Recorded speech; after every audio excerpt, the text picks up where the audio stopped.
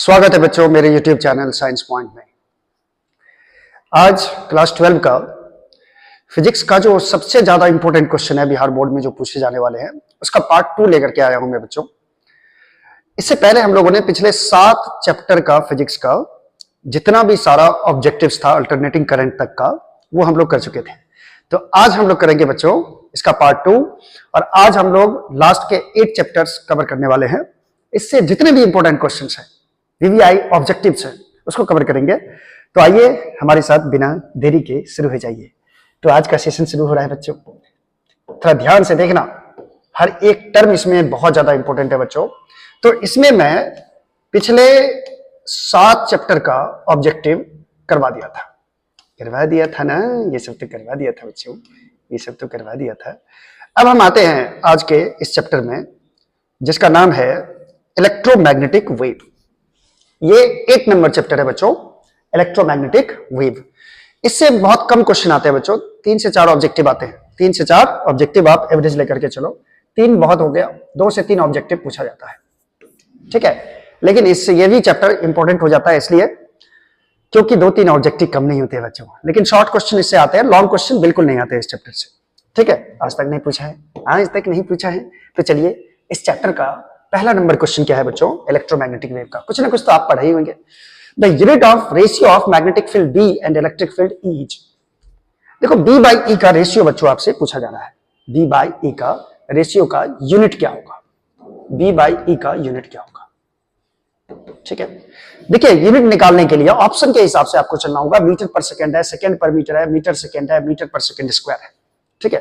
तो देखो बच्चों एक फॉर्मूला है स्पीड ऑफ लाइट का, C बराबर E बाई B का फॉर्मूला। आप लोग ये वेलोसिटी सिलेक्टर में भी पढ़े होंगे कि V का वैल्यू E बाई B के बराबर होता है। मतलब C मतलब यहां पे है स्पीड ऑफ लाइट। तो स्पीड ऑफ लाइट का जो यूनिट होगा बच्चों वो आप जानते हो, क्योंकि स्पीड का यूनिट होता है मीटर पर सेकेंड। इसका मतलब E बाई B का भी यूनिट होगा मीटर पर सेकेंड, ठीक है। ये इलेक्ट्रिक फील्ड है और B क्या है, मैग्नेटिक फील्ड है। तो C का यूनिट है मीटर पर सेकेंड, तो E बाई B का भी यूनिट होगा, E बाई B का भी यूनिट होगा मीटर पर सेकेंड। लेकिन आपसे पूछा जा रहा है B बाई E का यूनिट क्या होगा। देखो B बाई E का यूनिट, तो इसको पलट दो बच्चों, B बाई E का यूनिट हो जाएगा second per metre. Second per metre को हम ऐसे लिख सकते हैं second metre inverse, second metre inverse या सेकेंड पर मीटर बोल सकते हैं। तो आप इसमें देख लो कौन सा ऑप्शन होगा सेकेंड पर मीटर। अरे ऑप्शन नंबर बी मिला रे, ऑप्शन नंबर बी। क्लियर है, क्लियर। चलो आप इसको नोट भी कर सकते हो बच्चों, ठीक है, ठीक है, आगे बढ़िए। चलो नेक्स्ट है बच्चों, the direction of propagation of electromagnetic wave is.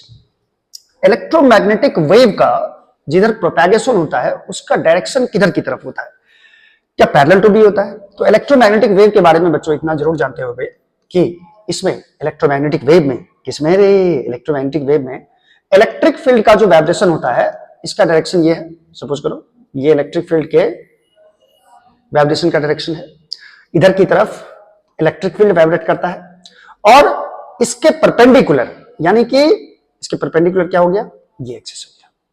जैसे आप बनाते हो एक्स एक्सिस, वाई एक्सिस और जेड एक्सिस सामने की तरफ। मैग्नेटिक फील्ड का जो प्रोपैगेशन होता है बच्चों वो इस तरह कुछ होता है, इस तरह, यानी ये इस प्लेन में आता है। इसको अगर हम वाई एक्सिस बोल दे तो देखो ऐसा रहता है, इलेक्ट्रिक फील्ड इधर की तरफ वाइब्रेट करता है और मैग्नेटिक फील्ड आपके सामने की तरफ वाइब्रेट करता है, ठीक है।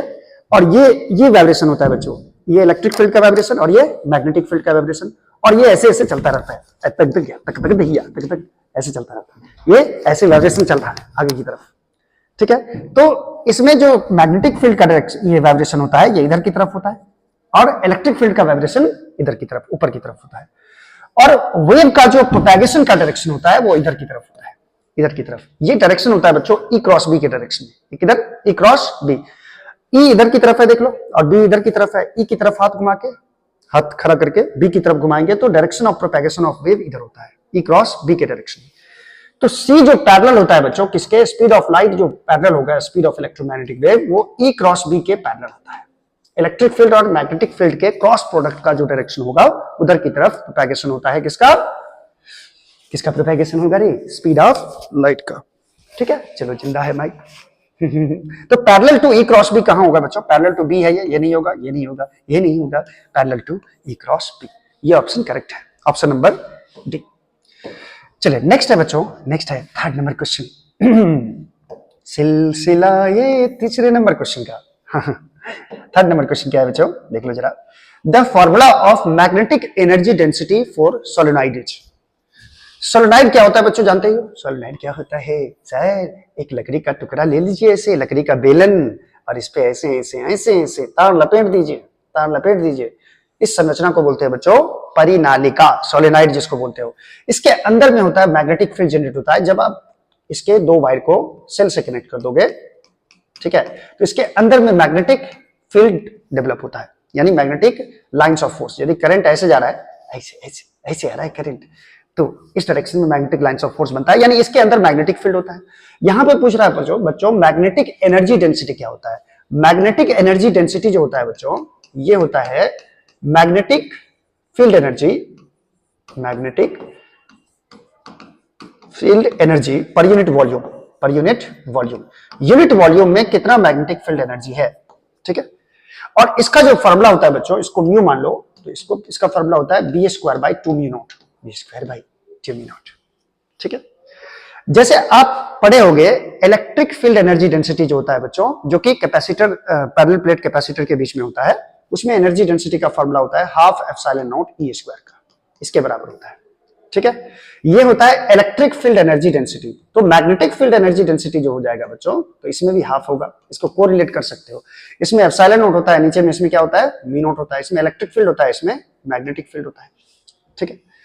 तो ये फॉर्मूला होता है बच्चों B square by 2 mu naught. तो B square by 2 mu naught कौन सा ऑप्शन आपको दिख रहा है? कौन सा ऑप्शन दिख रहा है रे? ऑप्शन नंबर ए ही करेक्ट दिख रहा है sir, option number A correct, ठीक है। ये होता है मैग्नेटिक एनर्जी डेंसिटी। नेक्स्ट है which one of the following electromagnetic radiation has minimum wavelength? सबसे कम वेवलेंथ इसमें से किस इलेक्ट्रोमैग्नेटिक वेव का होता है? चलिए अल्ट्रावायलेट दिया हुआ है, एक्स रेज दिया हुआ है, माइक्रोवेव दिया हुआ है, गामा रेज दिया हुआ है। याद रखना बच्चों, सबसे कम वेवलेंथ होता है गामा रेज का, सबसे कम वेवलेंथ गामा रेज का, और सबसे ज्यादा वेवलेंथ होता है बच्चों रेडियो वेव का। किसका? Radio wave. ये दोनों ही इलेक्ट्रोमैग्नेटिक वेव है। इसी के बीच में सबसे मिनिमम होगा वेवलेंथ गामा रेज का, और सबसे मैक्सिमम वेवलेंथ होता है बच्चों रेडियो वेव, ठीक है।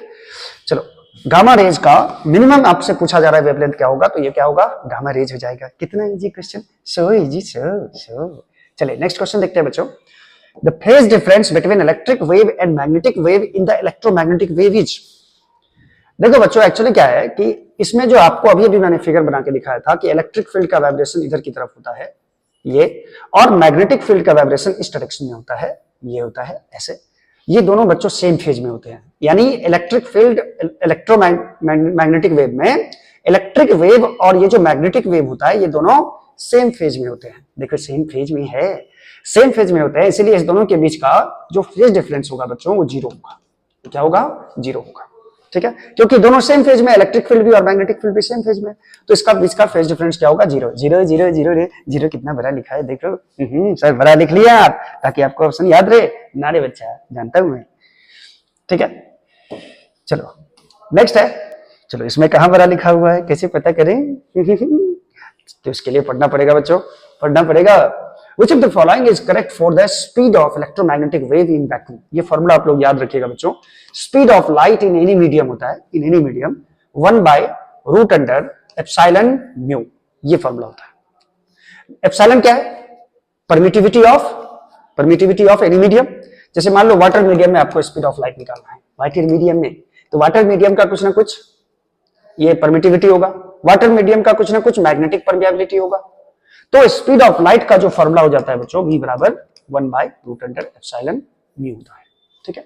लेकिन अगर हम फ्री स्पेस की बात करें, फ्री स्पेस में क्या कर देते हो? फ्री स्पेस का परमिटिविटी एप्सिलॉन नॉट से दिखाते हो और मैग्नेटिक परमिएबिलिटी म्यू नॉट से दिखाते हो, और यही होता है speed of electromagnetic wave, C बराबर 1/√ε नॉट म्यू नॉट, ठीक है। ये फॉर्मूला कहां है रे? ये फॉर्मूला ऑप्शन नंबर बी में दिख रहा है। इसको याद रखना बच्चों, याद रखना, ये बहुत ज्यादा इंपॉर्टेंट क्वेश्चन है, ये कई बार एग्जाम में आ चुका है बच्चों, इसको याद रखना, ये बहुत ज्यादा इंपॉर्टेंट क्वेश्चन, ठीक है। चलिए नेक्स्ट क्या है? नेक्स्ट इसका मतलब और जो बता रहे हैं इंपॉर्टेंट नहीं है, उसमें भी ज्यादा इंपॉर्टेंट ये है, ठीक है। अच्छा, nature of electromagnetic wave is. Electromagnetic wave का नेचर कैसा होता है बच्चों? जैसा कि आप जानते हो वेव दो तरह का होता है नेचर के हिसाब से। एक होता है ट्रांसवर्स, ठीक है। और दूसरा बच्चों होता है लॉन्गिट्यूडनल वेव। अब मैं उतना डिटेल में नहीं जाऊंगा कि इसमें मीडियम पार्टिकल कैसे वाइब्रेट करता है, इसमें मीडियम पार्टिकल कैसे वाइब्रेट करेगा। देखो जितना भी ईएम वेव है, जितना भी ईएम वेव का मतलब हो गया गामा रेज, ठीक है, एक्स रेज, अल्ट्रावायलेट रे, विवग्योर, जो भी है, infrared, radio wave, short wave, long wave, सब वेव जो है वो ट्रांसवर्स है। अगर आपसे यहां से पूछा है कि इलेक्ट्रोमैग्नेटिक वेव क्या है, तो ये तो ट्रांसवर्स है ही। इसमें पूछ देगा गामा रेज कौन सा वेव है, तो ट्रांसवर्स ही है। एक्स रेज कौन सा है, तो ट्रांसवर्स ही है। सब इलेक्ट्रोमैग्नेटिक वेव है और सारा इलेक्ट्रोमैग्नेटिक वेव ट्रांसवर्स वेव होता है बच्चों। लॉन्गिट्यूडनल वेव का एग्जांपल है बच्चों साउंड है लॉन्गिट्यूडनल वेव। जिस डायरेक्शन में मीडियम पार्टिकल वाइब्रेट करता है उसी डायरेक्शन में वेव भी जाता है, यानी दोनों पैरेलल होते हैं, उसको कहा जाता है लॉन्गिट्यूडनल वेव। यानी इसमें ऑप्शन हो जाएगा बच्चों ट्रांसवर्स वेव। इलेक्ट्रोमैग्नेटिक वेव कौन सा वेव है, ट्रांसवर्स वेव सर। चलो ठीक है। Next, electromagnetic waves are deflected by. Electromagnetic wave किससे डिफ्लेक्ट होता है बच्चों? अब एक चीज बताओ जरा कि मैं अगर टॉर्च जलाऊं, लाइट डालूं आपकी आंख पे डायरेक्ट कैमरा पे, तो अगर लाइट मैं डाल रहा हूं और बच्चों इधर मैं मैग्नेट लगा दिया, तो क्या ये लाइट डिफ्लेक्ट होता है? देखिए हो कभी? नहीं ना, नहीं ना, मैग्नेटिक फील्ड से डिफ्लेक्ट नहीं होगा।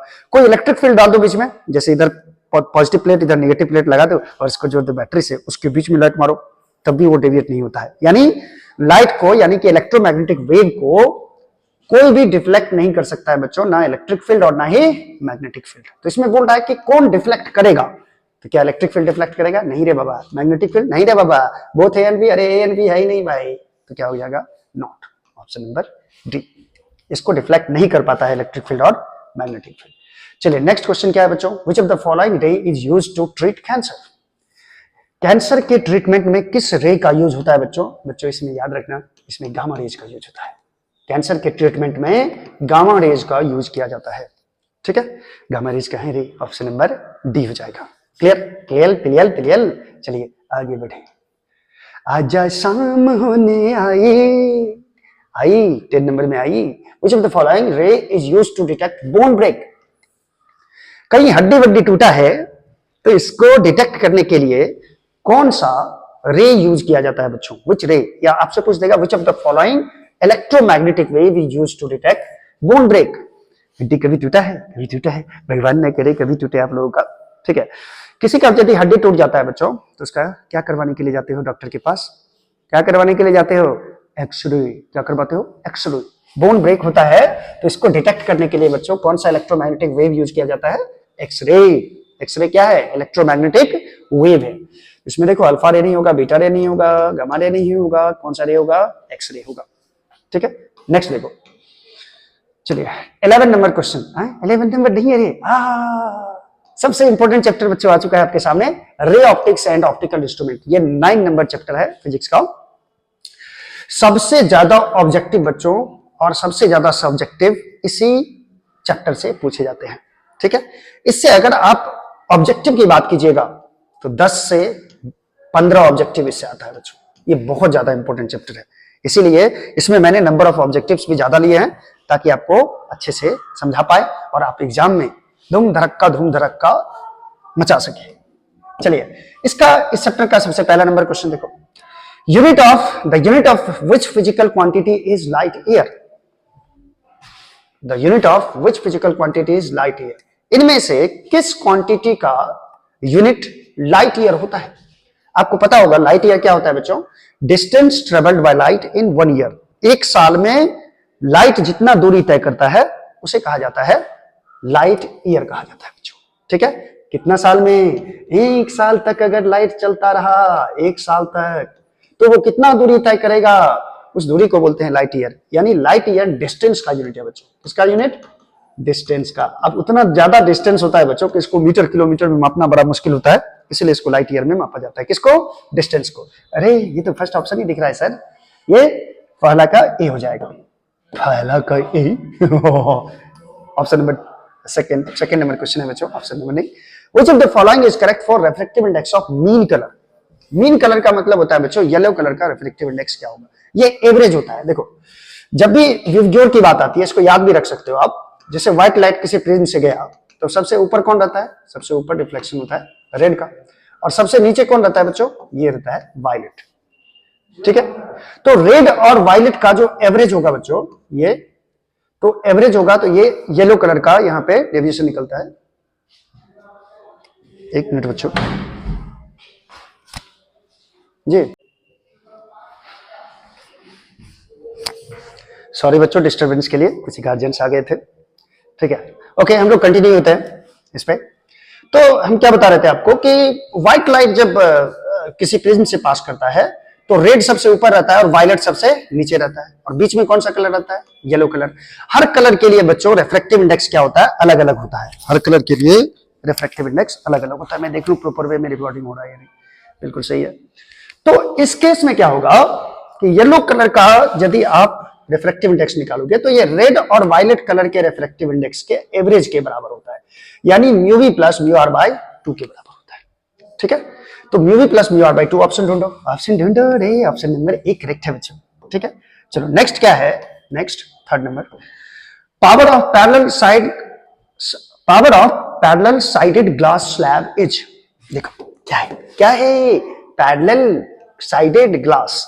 पैरेलल साइडेड ग्लास स्लैब का मतलब होता है बच्चों, ये एक तरह का ग्लास स्लैब होता है। इसका पूछ रहा है पावर कितना होता है। ये प्लेन है बच्चों, सरफेस कैसा है? प्लेन है। प्लेन वाला कोई भी ग्लास होता है बच्चों, इसका पावर होता है 0। 0 पावर। प्लेन ग्लास का तुम चश्मा पहनते हो, क्या उसमें पावर होता है? होता है नहीं ना। उसी तरह प्लेन ग्लास कोई भी देगा, उसका पावर क्या होगा? 0 होगा। अगर फोकल लेंथ पूछता बच्चों तो ये इनफाइनाइट होता, क्योंकि आप जानते हो कि P बराबर होता है 1/f। P बराबर 1/f, और 1/infinity करोगे प्लेन ग्लास के लिए तभी 0 हो पाएगा पावर। इसलिए फोकल लेंथ उसका क्या होता है? इनफाइनाइट होता है, और पावर क्या होता है? 0 होता है प्लेन ग्लास का, यानी पावर हो जाएगा बच्चों 0, यानी थर्ड नंबर ऑप्शन करेक्ट है। चलिए अगर नेक्स्ट देखा जाए, angular dispersion is equal to, angular dispersion याद करो एंगुलर डिस्पर्जन थीटा होता है, और ये होता है mu we minus mu r into A के बराबर। Mu we minus mu r into A के बराबर होता है बच्चों एंगुलर डिस्पर्जन। दैट इज इसमें ऑप्शन नंबर ए करेक्ट है। ठीक है, चलो 5 नंबर क्वेश्चन क्या है? 5 नंबर क्वेश्चन है, which of the following relation is correct for dispersive power. Dispersive power का फॉर्मूला क्या होता है बच्चों? ये होता है बच्चों angular dispersion by mean deviation. By mean deviation. Angular dispersion जानते ही हो, mu we minus mu r into A होता है, और मीन डेविएशन जो अभी अभी हम लोग पढ़े थे, mu by minus 1 into A होता है। तो ए और ए कट जाएगा, ये बचा डिस्पर्सिव पावर का formula mu we minus mu R by mu by minus 1। Mu we minus mu R by mu by minus 1, ये ऑप्शन नंबर ए ही दिख रहा है बच्चों। ये चैप्टर याद रख लो, बहुत ज्यादा इंपॉर्टेंट है, बहुत ज्यादा इंपॉर्टेंट है, और इसमें जो इंपॉर्टेंट क्वेश्चन है बच्चों सिर्फ उसी को मैंने लिया है, और बोर्ड मॉडल के लिए ये बहुत ज्यादा इंपॉर्टेंट है। ऐसा समझो कि बोर्ड में इसी से ऑब्जेक्टिव आएगा, guarantee. Velocity of light in vacuum is c। 6 number question है, velocity of light in vacuum is c, its value in glass will be. अगर वैक्यूम में लाइट का स्पीड है c, तो इसका ग्लास में स्पीड क्या होगा? और ग्लास का रिफ्रैक्टिव इंडेक्स दे दिया है बच्चों 3/2 के बराबर।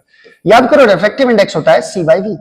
c/v, इसका वैल्यू दिया हुआ है 3/2। c क्या होता है? Speed of light in vacuum, जो कि दिया हुआ है c, और v होगा speed of light in medium. यहां पे मीडियम क्या है बच्चों? ग्लास। तो ग्लास में मान लेते हैं स्पीड कितना है? v। तो यहां से v निकाल लीजिए, v बराबर हो जाएगा 2c/3। 2c/3 ये हो गया speed of light, speed of light in glass. Glass में जो लाइट का स्पीड होगा वो हो जाएगा 2c/3 के बराबर। चलो नेक्स्ट करते हैं बच्चों। नेक्स्ट क्या है? 7 number question. A convex lens is immersed in water.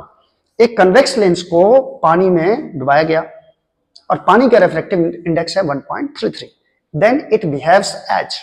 देखो कन्वेक्स लेंस का रिफ्रैक्टिव इंडेक्स है, यानी लेंस का रिफ्रैक्टिव इंडेक्स है 1.5, और इसको जिस मीडियम में डुबाया गया है, पानी में डुबा दिया गया है, इस लेंस को पानी में डुबा दिया गया। पानी में डुबाने के बाद पानी का जो रिफ्रैक्टिव इंडेक्स है बच्चों, यानी म्यू डब्ल्यू, यानी कि आप म्यू एम बोल सकते हो, मीडियम का रिफ्रैक्टिव इंडेक्स है 1.33। तो लेंस का जो रिफ्रैक्टिव इंडेक्स है बच्चों, मीडियम के रिफ्रैक्टिव इंडेक्स क्या है? ज्यादा है। देखो 1.5 है, ये 1. कहां 33, कहां राजा भोज, कहां Gangu Teli, mu L greater than mu M.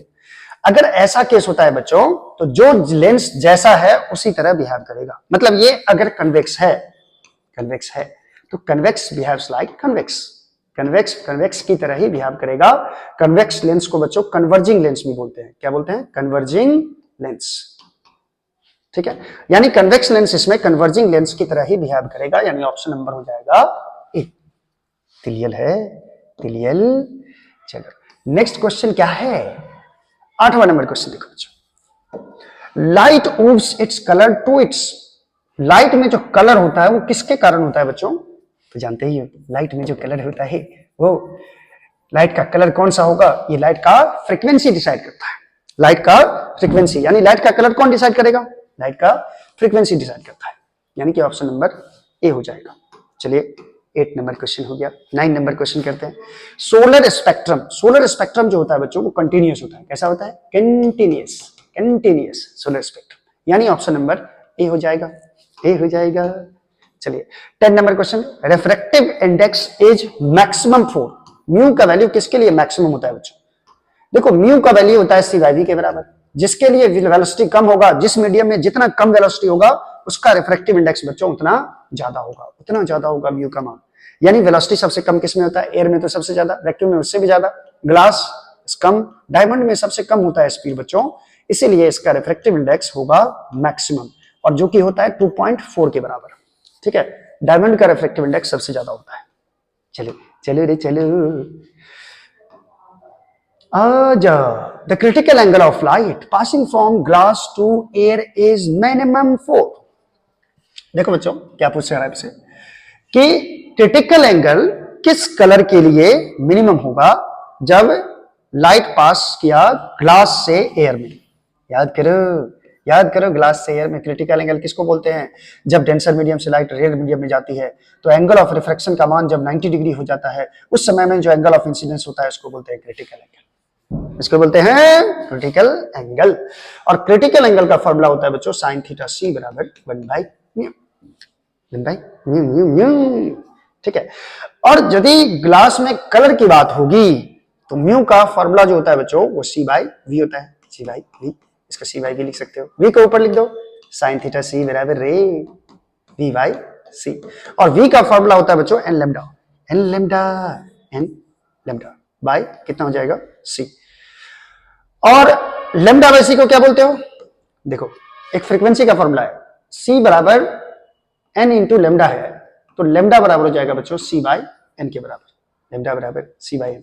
तो यहां पे करोगे c/n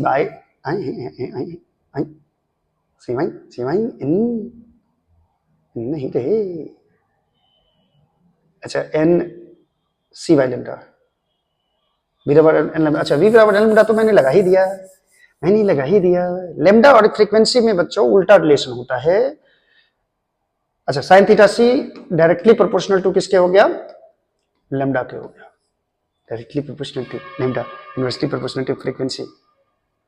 अच्छा इसका मतलब हुआ कि जिसका वेवलेंथ सबसे कम होगा, sine theta C directly proportional to lambda हो गया, इसका मतलब हो गया कि थीटा सी का मान 0 से 90 के बीच में साइन थीटा का मान बढ़ता है ना?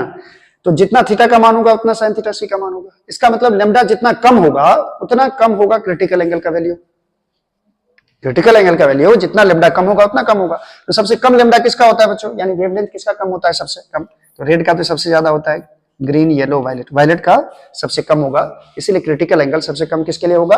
वायलेट कलर के लिए होगा। चलो नेक्स्ट क्वेश्चन क्या है बच्चों? 30 नंबर।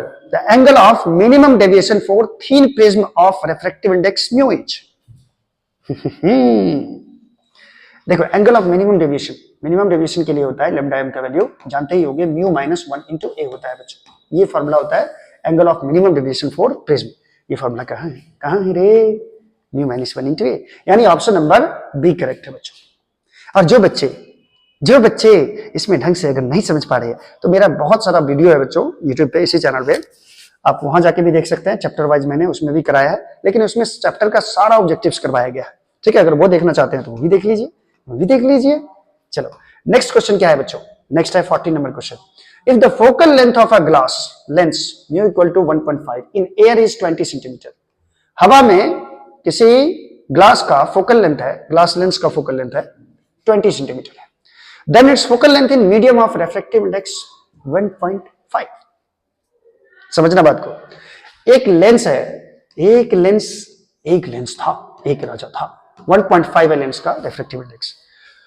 और इसको किस मीडियम में रिफ्रैक्टिव इंडेक्स पूछ रहा है आपसे, इसका फोकल लेंथ पूछ रहा है आपसे। इसको लेंस को एक ऐसे मीडियम में रख दिया गया है, एक ऐसे मीडियम में जिस मीडियम का भी रिफ्रैक्टिव इंडेक्स है 1.5 ही। समझा बात को? लेंस को उसी मीडियम में रखा गया है जिस मीडियम का रिफ्रैक्टिव इंडेक्स लेंस के रिफ्रैक्टिव इंडेक्स के बराबर है। तो यदि बच्चों इसमें लाइट आएगी लेंस में, ठीक है, तो लाइट किधर जाएगी? ये इस साइड जाएगा या इस साइड जाएगा, ये सीधा जाएगा। तो देखो रिफ्रैक्शन कब होता है बच्चों? जब मीडियम चेंज होता है। तो मान लो जिस मीडियम से लाइट आ रहा है उसका भी रिफ्रैक्टिव इंडेक्स 1.5 है, और जिस मीडियम यानी लेंस में जो लाइट गया है उसका भी रिफ्रैक्टिव इंडेक्स 1.5 ही है। तो यहां पे रिफ्रैक्शन नहीं होगा बच्चों, ये सीधा रे जैसे चला जाएगा। और सीधा रे ऐसे आ जाएगा तो ये तो प्लेन ग्लास की तरह बिहेव किया। किसकी तरह बिहेव किया? प्लेन ग्लास की तरह है, भले ही लेंस, लेकिन इस मीडियम में जो रखा गया है इसके चलते इस मीडियम में ये प्लेन ग्लास की तरह बिहेव किया। और प्लेन ग्लास का फोकल लेंथ मैंने बताया था किसके बराबर होता है? इनफाइनाइट के बराबर होता है। इनफाइनाइट के बराबर रे। तो ऑप्शन नंबर डी करेक्ट है। ऑप्शन नंबर डी करेक्ट हो जाएगा, ठीक है, इनफाइनाइट। चलिए 15 नंबर क्वेश्चन है बच्चों, transverse nature of light is shown by.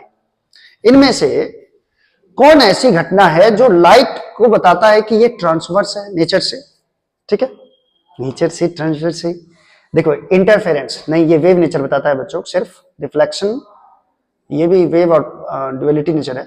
अच्छा, पोलराइजेशन जो होता है बच्चों, ये पोलराइजेशन उसी वेव का होता है जो ट्रांसवर्स होता है।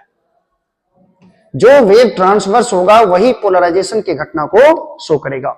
तो पोलराइजेशन ही दिखाता है कि लाइट कैसा वेव है, लाइट कैसा वेव है, ट्रांसवर्स वेव है, ठीक है। यानी कि ऑप्शन नंबर सी करेक्ट है। ऑप्शन नंबर सी करेक्ट है।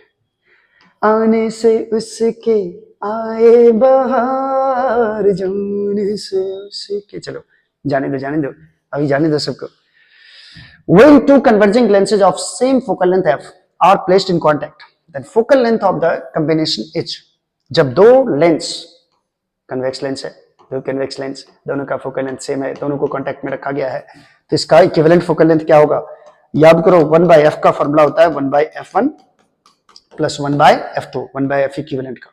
तो 1/f इक्विवेलेंट का फॉर्मूला यहां पे लगा दो। f1 का वैल्यू भी f है, f2 का वैल्यू भी f है, दैट इज ये हो गया 2/f के बराबर।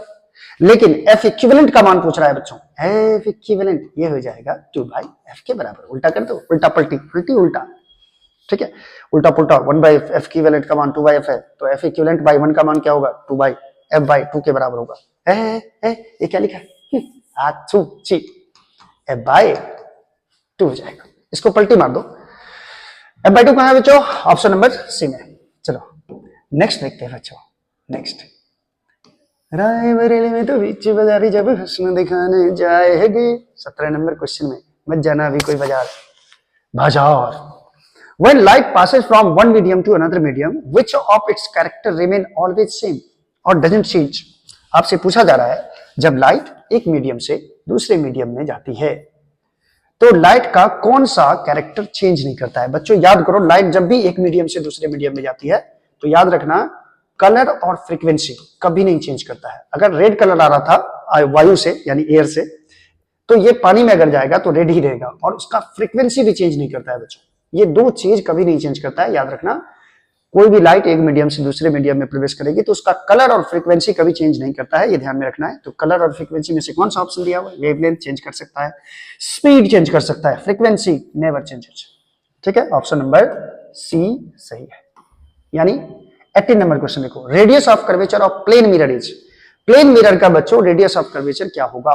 याद करो, प्लेन मिरर हो चाहे प्लेन ग्लास हो, अगर लाइट सीधा आएगी, सीधी 90 डिग्री पे सरफेस पे पड़ा, यानी एंगल ऑफ इंसिडेंस 0 है, तो लाइट रिफ्लेक्ट होके उसी रास्ते से चल देगा।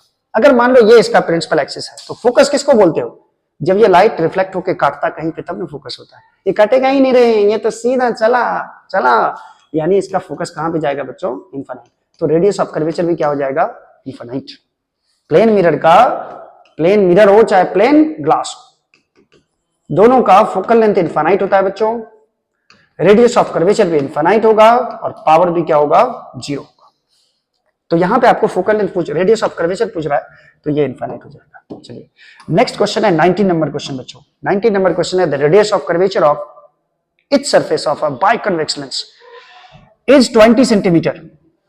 एक बाइकन्वेक्स लेंस है और दोनों सरफेस का जो रेडियस ऑफ कर्वेचर है 20 सेंटीमीटर है, and the refractive index of the material of the lens is 1.5। Lens जिस ग्लास से बना हुआ है उस ग्लास का रिफ्रैक्टिव इंडेक्स है 1.5। The focal length of the lens is, अय्या फोकल लेंथ जी, अय्या फोकल, चलो फोकल लेंथ क्या होगा बच्चों? तो देखो एक बाइकन्वेक्स लेंस है, चलिए ठीक है बाइकन्वेक्स लेंस है, दोनों का जो रेडियस ऑफ कर्वेचर है वो सेम है। इसका भी रेडियस ऑफ कर्वेचर आ रहा है, इसका भी रेडियस ऑफ कर्वेचर आ रहा है। देखो बच्चों ये जो पार्ट होगा इधर वाला पार्ट, इसका रेडियस इधर होगा, इसको मान लेते हैं R1, ठीक है, इसको R1 मत मानो, इसको R2 मान लेते हैं।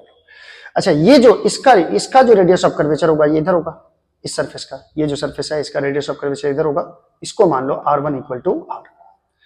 और इसका जो रेडियस ऑफ कर्वेचर होगा सेकेंड सरफेस का, इसका इधर होगा, इसको मान लो R2, और R2 का मान हो जाएगा -R, क्योंकि इधर +R होगा तो उधर क्या होगा -R होगा। यानी R1 R2 का वैल्यू आपको पता है, ठीक है। उसके बाद और रेडियस ऑफ कर्वेचर कितने के बराबर है बच्चों? 20 सेंटीमीटर के बराबर है, ये दे रखा है, ठीक है। And the refractive index of the material of the lens is 1.5 है। इसके लेंस का जो रिफ्रैक्टिव इंडेक्स है वो 1.5 है।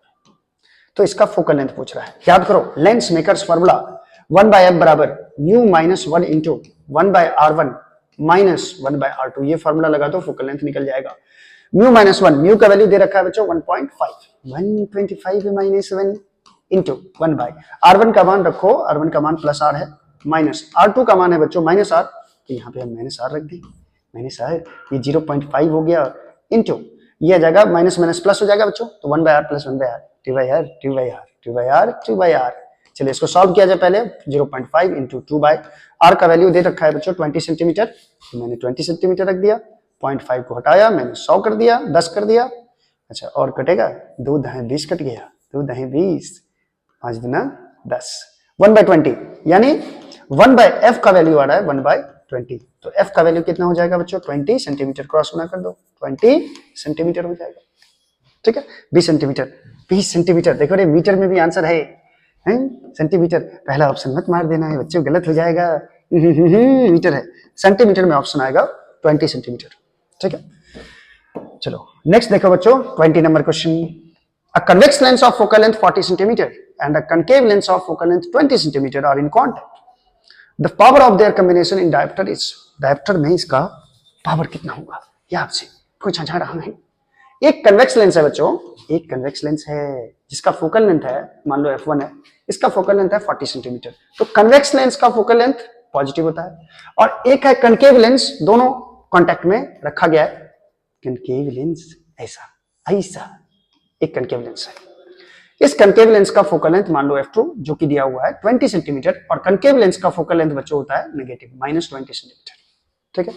इसके बाद आपसे पूछ रहा है कि इस दोनों को मिला दिए तो इस दोनों का इक्विवेलेंट पावर क्या होगा, ये आपसे पूछ रहा है। तो पहले बच्चों इक्विवेलेंट फोकल लेंथ निकालो, 1/f बराबर क्या होता है 1/fn प्लस 1/f2। चलिए इस फॉर्मूला को लगा करके 1/f इक्विवेलेंट निकाल लेते हैं, 1/f1 दैट इज 1/40 और प्लस 1/-20 -20 रे, इसको सॉल्व किया जाए 1/40 माइनस 1/20, और अगर सॉल्व किया जाए तो 1/f इक्विवेलेंट का वैल्यू हो जाएगा रे 40 आ जाएगा एलसीएम बच्चों, 1 माइनस माइनस माइनस 1/40 माइनस 1/20, हाँ क्लियर है, 1 - 2, यानी ये हो जाएगा -1/40, यानी f इक्विवेलेंट का वैल्यू जो आएगा बच्चों यहां क्रॉस गुना कर दोगे तो नेगेटिव आएगा, ये -40 सेंटीमीटर आएगा। सेंटीमीटर को बदलना पड़ेगा पहले मीटर में, क्योंकि हमको पावर निकालना है, तो ये हो जाएगा -0.4 मीटर, ये f इक्विवेलेंट का मान है। तो आपसे पावर पूछा जा रहा है, p बराबर हो जाएगा 1/f, 1/-0.4, इसको सॉल्व किया जाए बच्चों, यानी p बराबर हो जाएगा -10/4 को 2 पंचे 10, 10 दूना 4, -5/2, और -5/2 को आप -2.5 डायोप्टर लिख सकते हैं बच्चों, ठीक है। यानी ये करेक्ट ऑप्शन होगा बच्चों -2.5 dioptre, that is option number B. Plus minus का ख्याल रखना बच्चे, प्लस माइनस का ख्याल रखना, मैं नहीं रहूंगा एग्जाम में, आप लोग खुद रख लेना उसका ख्याल। चलो 21 number, light year is equal to, light year 9.46 into 10⁻15 metre, ये तो रट ही लो बच्चों, ये होता है 1 लाइट ईयर। लाइट ईयर मतलब distance travelled by light in 1 year. एक साल में लाइट जितना दूरी तय करेगा, तो कितना दूरी तय करेगा, एक साल तक चलता रहा लाइट तो 9.46 इंटू 10⁻15 मीटर तक चलता रहेगा। इसी को बोलते हैं light year. Spherical mirror is immersed in water, it's focal length. देखो एक स्फेरिकल मिरर है, स्फेरिकल मिरर मतलब हो गया कनकेव मिरर या कन्वेक्स मिरर, कोई भी मिरर है, ठीक है, ठीक है। मान लो इसका फोकल लेंथ कितना है बच्चों, ये पैरेलल रे है प्रिंसिपल एक्सिस के, तो मान लो इसका फोकल लेंथ f है। इसको मैंने डुबा दिया पानी में रे, पकड़ के डुबा दिया पानी में, इमर्स्ड इन वाटर। अब इसका फोकल लेंथ बच्चों पूछ रहा है कि f इन वाटर कितना होगा, इन वाटर कितना होगा, वही होगा जो मंजूर खुदा होगा। अरे देखो लेंस को पानी में डुबाने से उसका फोकल लेंथ चेंज कर सकता है, क्योंकि लेंस का जो फोकल लेंथ होता है वो मीडियम पे डिपेंड करता है। लेकिन बच्चों फोकल लेंथ जो मिरर का होता है, ये मिरर का अपना प्रॉपर्टी होता है, अपना प्रॉपर्टी होता है। यानी focal length of mirror is the property of the mirror, it doesn't depends upon the medium. Mirror का focal length not depends on medium, ये मीडियम पे डिपेंड नहीं करता है बच्चों, ये याद रखना है, not depends on medium mirror का, जबकि लेंस का करता है, ठीक है। इसीलिए मिरर के फोकल लेंथ में कुछ चेंजिंग नहीं आएगा, ना डिक्रीज करेगा ना इंक्रीज करेगा, रिमेन सेम, वैसा ही रहेगा। रिमेन सेम का मतलब वैसा ही रहेगा, बदलेगा नहीं। 23 नंबर क्वेश्चन है बच्चों, the coefficient of reflection for total internal reflection is. Total internal reflection में क्या होता है बच्चों, जो भी लाइट टेंसर मीडियम से जाती है वो रिटर्न होकर फिर से इधर ही आ जाती है। 100% लाइट का रिफ्लेक्शन हो जाता है टोटल इंटरनल रिफ्लेक्शन में, इसीलिए कोएफिशिएंट ऑफ रिफ्लेक्शन होता है टोटल इंटरनल रिफ्लेक्शन के लिए 1 के बराबर, ठीक है। यानी कोएफिशिएंट ऑफ रिफ्लेक्शन हो जाएगा 1 के बराबर, किसके लिए, टोटल इंटरनल रिफ्लेक्शन के लिए। 24 नंबर क्वेश्चन देखो, the critical angle for internal total internal reflection of a ray from any medium to vacuum is 30 degree, then velocity of light in the medium will be. Velocity of light medium में क्या होगा, ये आपसे पूछा जाता है। तो आपको एक चीज पता होगा बच्चों कि क्रिटिकल एंगल का जो फॉर्मूला होता है, क्रिटिकल एंगल का sin थीटा c, ये वैल्यू होता है 1/μ के बराबर।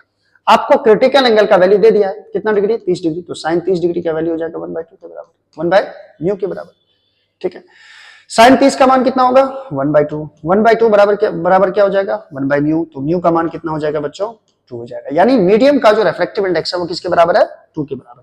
और म्यू का फॉर्मूला होता है बच्चों c/v के बराबर, म्यू का मान 2 दिया हुआ है, तो c बराबर हो जाएगा 2 इंटू v का मान पूछ रहा है ना, v का, तो v बराबर हो जाएगा c/2। और c कितना होता है, speed of light in vacuum 3 into 10⁸ metre per second by 2, that is ये हो जाएगा बच्चों 1.5 into 10⁸ metre per second.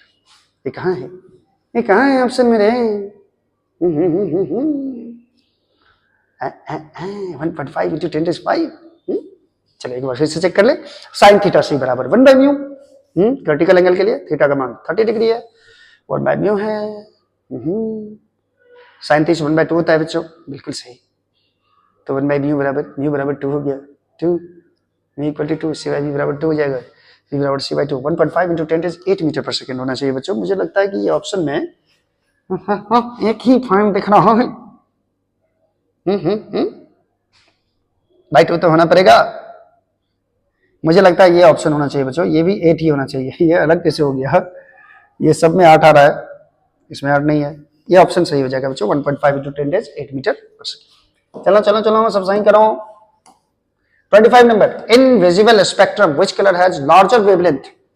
Visible spectrum में किस कलर का वेवलेंथ सबसे ज्यादा होता है, अरे किसका होता है, रेड करे, विवग्योर में, विवग्योर ही है ना विजिबल, विवग्योर, violet, indigo, blue, green, yellow, orange, red, तो रेड का वेवलेंथ सबसे ज्यादा होता है बच्चों और सबसे कम होता है वायलेट का, ठीक है। चलो मैक्सिमम पूछ रहा है, लार्जर पूछ रहा है तो रेड हो जाएगा, लार्जर पूछा तो रेड हो गया रे। 26 number question, the dispersive power of prism depends on. देखो डिस्पर्सिव पावर जो होता है बच्चों, डिस्पर्सिव पावर हो गया ओमेगा, और ये वैल्यू होता है mu we minus mu R by mu Y minus 1, यानी ये मीडियम के रिफ्लेक्टिव इंडेक्स पे डिपेंड करता है। इसका मतलब है कि nature of angle of incidence पे डिपेंड नहीं किया, nature of material of prism पे डिपेंड करेगा। क्योंकि प्रिज्म का ही नेचर होता है कि हर कलर के लिए इसका रिफ्रैक्टिव इंडेक्स क्या होता है, अलग अलग होता है। तो डिस्पर्सिव पावर तो रिफ्रैक्टिव इंडेक्स ऑफ कलर पे डिपेंड कर रहा है, और कलर को मोड़ने का काम कौन करेगा, प्रिज्म करेगा। तो nature of material of prism पे ओमेगा का मान डिपेंड करेगा बच्चों। चलिए नेक्स्ट है, नेक्स्ट कहां है, which of the following is correct for astronomical telescope. अब आ गए हम लोग ऑप्टिकल इंस्ट्रूमेंट में। कहां आ गए, ये कहां आ गए हम, कहीं नहीं आए, ऑप्टिकल इंस्ट्रूमेंट में आए। एस्ट्रोनॉमिकल टेलीस्कोप में इनमें से कौन सा सही है एस्ट्रोनॉमिकल टेलीस्कोप के लिए, खगोलीय दूरबीन के लिए कौन सा सही है। देखो बच्चों, खगोलीय दूरबीन जो होता है उसमें जो ऑब्जेक्टिव होता है ये बहुत बड़ा होता है, और आईपीस जो होता है वो छोटा होता है। ठीक है, ये हुआ ऑब्जेक्टिव, ऑब्जेक्टिव, और हम लोग जो पढ़ रहे हैं वो भी ऑब्जेक्टिव है। अरे ये ऑब्जेक्टिव अलग है भाई।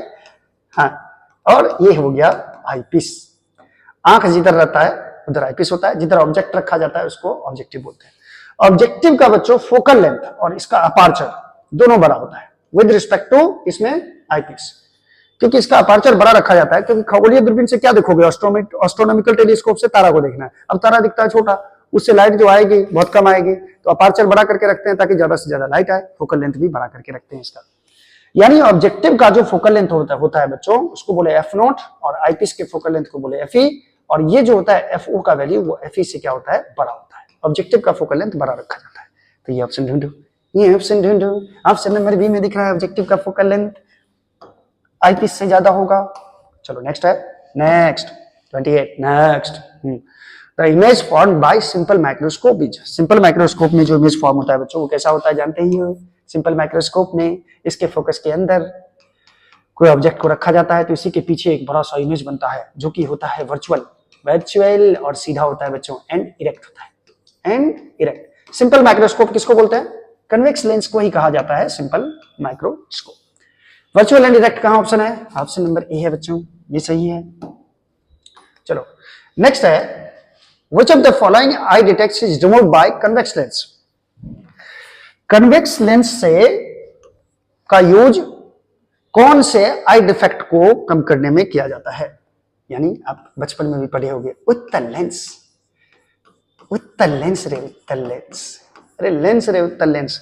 बच्चों उत्तल लेंस दूर दृष्टि दोष को यूज करने के लिए किया जाता है। दूर दृष्टि दोष, निकट दृष्टि दोष के लिए अवतल लेंस, और दूर दृष्टि दोष के लिए आपको पता होगा कन्वेक्स लेंस यूज किया जाता है। दूर दृष्टि, दूर माने क्या, फार, नियर माने क्या होता है बच्चों, नजदीक होता है। तो फार साइटेडनेस को दूर करने के लिए यूज किया जाता है कन्वेक्स लेंस। चलो नेक्स्ट क्वेश्चन है, the length of astronomical telescope for normal adjustment is. Normal adjustment में लेंथ ऑफ टेलीस्कोप होता है बच्चों एफ नॉट प्लस एफ ई के बराबर। ये लेंथ ऑफ ट्यूब होता है F not plus F E. Normal adjustment में एक्चुअली में क्या होता है कि ऑब्जेक्टिव और आईपीस ये जो दोनों होता है किसमें, एस्ट्रोनॉमिकल टेलीस्कोप में। तो पहला इमेज बनाया जाता है इसके फोकस पे, इसके फोकस पे बनता है इन्फिनिट का इमेज, इसीलिए इसको एफ नॉट बोल देंगे। और आईपीस का भी जो फोकस यहीं पे एडजस्ट किया जाता है, आईपीस को एडजस्ट किया जाता है ताकि ये जो इमेज है इसके लिए ऑब्जेक्ट का काम करे, और इसका भी फोकस, इस आईपीस का भी फोकस यहीं पे होता है, इसलिए ये हो जाता है एफ ई के बराबर। और दोनों को जोड़ दो, दोनों लेंस के बीच का डिस्टेंस कितना हो जाएगा, F O plus F E. यही होता है लेंथ ऑफ ट्यूब। कुछ ना कुछ तो पढ़ा होगा ना, है कि एकदम नल्लू है, नहीं नहीं नहीं, कुछ तो पढ़ा है बच्चे लोग, मुझे यकीन है। The magnifying power of N astronomical telescope in for normal adjustment is. बच्चों नॉर्मल एडजस्टमेंट कहा जाता है कि जब फाइनल इमेज इनफिनिट पे बनता है, और फाइनल इमेज इनफिनिट पे बनता है उस समय में मैग्नीफाइंग पावर जो होता है एस्ट्रोनॉमिकल टेलीस्कोप का होता है minus F O by F E, minus F O by F E या minus F nought by F E. यानी ये मुझे ऑप्शन नंबर ए ही करेक्ट लग रहा है, ए ही करेक्ट लग रहा है। चलो 33 नंबर क्वेश्चन देखो बच्चों, image formed on retina. Retina कहाँ होता है, आंख के, जैसे ये आंख है, आंख है, ओहो ये तो मुंह हो गया, मुंह, ये आईबॉल है बच्चों, और तो मुंह नहीं होगा, ठीक है। आंख है, आंख, आंख क्या है, आंख। आंख का ये जो पार्ट होता है यहाँ आई लेंस होता है बच्चों, और आई लेंस जो इमेज बनाता है यहाँ रेटिना होता है, यहाँ रेटिना, रेटिना ये क्या है, रेटिना। रेटिना पे ही इमेज बनता है। हम लोग जो कुछ देखते हैं तो उसका इमेज कहाँ बनता है, आंख के अंदर वाले भाग रेटिना पे। और रेटिना पे बच्चों ऐसा ऑब्जेक्ट रहेगा तो इमेज उल्टा बनता है, यहाँ पे रेटिना पे आके उल्टा रियल बनता है और इन्वर्टेड बनता है, रियल एंड इन्वर्टेड, याद रखना है, रियल एंड इनवर्टेड माने उल्टा, वास्तविक और उल्टा बनता है रेटिना पे, उसको सीधा करके हमारा माइंड दिखाता है। ठीक है, रियल एंड इन्वर्टेड ऑप्शन कौन सा दिख रहा है आपको? ऑप्शन नंबर बी में दिख रहा है। चलिए नेक्स्ट क्वेश्चन क्या है? 34 नंबर क्वेश्चन देखो बच्चों क्या है। The final image form by terrestrial telescope is, terrestrial telescope जो होता है उसमें फाइनल इमेज कैसा बनता है? मैं बना के दिखा दूं बच्चों। फाइनल इमेज में वर्चुअल बनता है लेकिन सीधा बनता है, वर्चुअल बनता है लेकिन सीधा बनता है। देखो टेरेस्ट्रियल टेलीस्कोप क्या है, ठीक है। सबसे पहले देखो इनफाइनाइट का इमेज ऑब्जेक्टिव बनाएगा, ऑब्जेक्टिव इनफाइनाइट का इमेज बनाता है इसके फोकस पे। ये मिलेगा यहां से, मान लो इसका फोकस यहां है, किसका? ऑब्जेक्टिव का, ये फोकल लेंथ है, ठीक है। यहां इमेज बना। अब यहां पे जो लेंस होता है, ये लेंस होता है, ये लेंस क्या करेगा? इसी इमेज का फाइनल इमेज यहां बनाता है, ठीक है। ये कौन सा होता है? ऑब्जेक्टिव आईपीस होता है, ये आईपीस, ठीक है। इसी ऑब्जेक्ट का, इसी इमेज का फाइनल इमेज यहां बनाता है, ये उल्टा है। लेकिन टेरेस्ट्रियल क्या करता है? इसमें 3 लेंस होता है बच्चों, एक और लेंस होता है बीच में, एक और लेंस। अब इस लेंस को एडजस्ट करके इसको इसके फोकस के अंदर लाया जाता है। एक मिनट, मैंने यहां कुछ गलती किया बच्चों, कुछ गलती किया रे। देखो क्या गलती किया मैं बता रहा हूं। ये ऑब्जेक्टिव है, ऑब्जेक्टिव इनफाइनाइट का इमेज कहां बना के दिया? इसके अपने फोकस पे, ठीक है। अब क्या होगा बच्चों? इसके बीच में एक और लेंस रहता है, 3 लेंस होता है इसमें, एक लेंस रहेगा ये बीच में।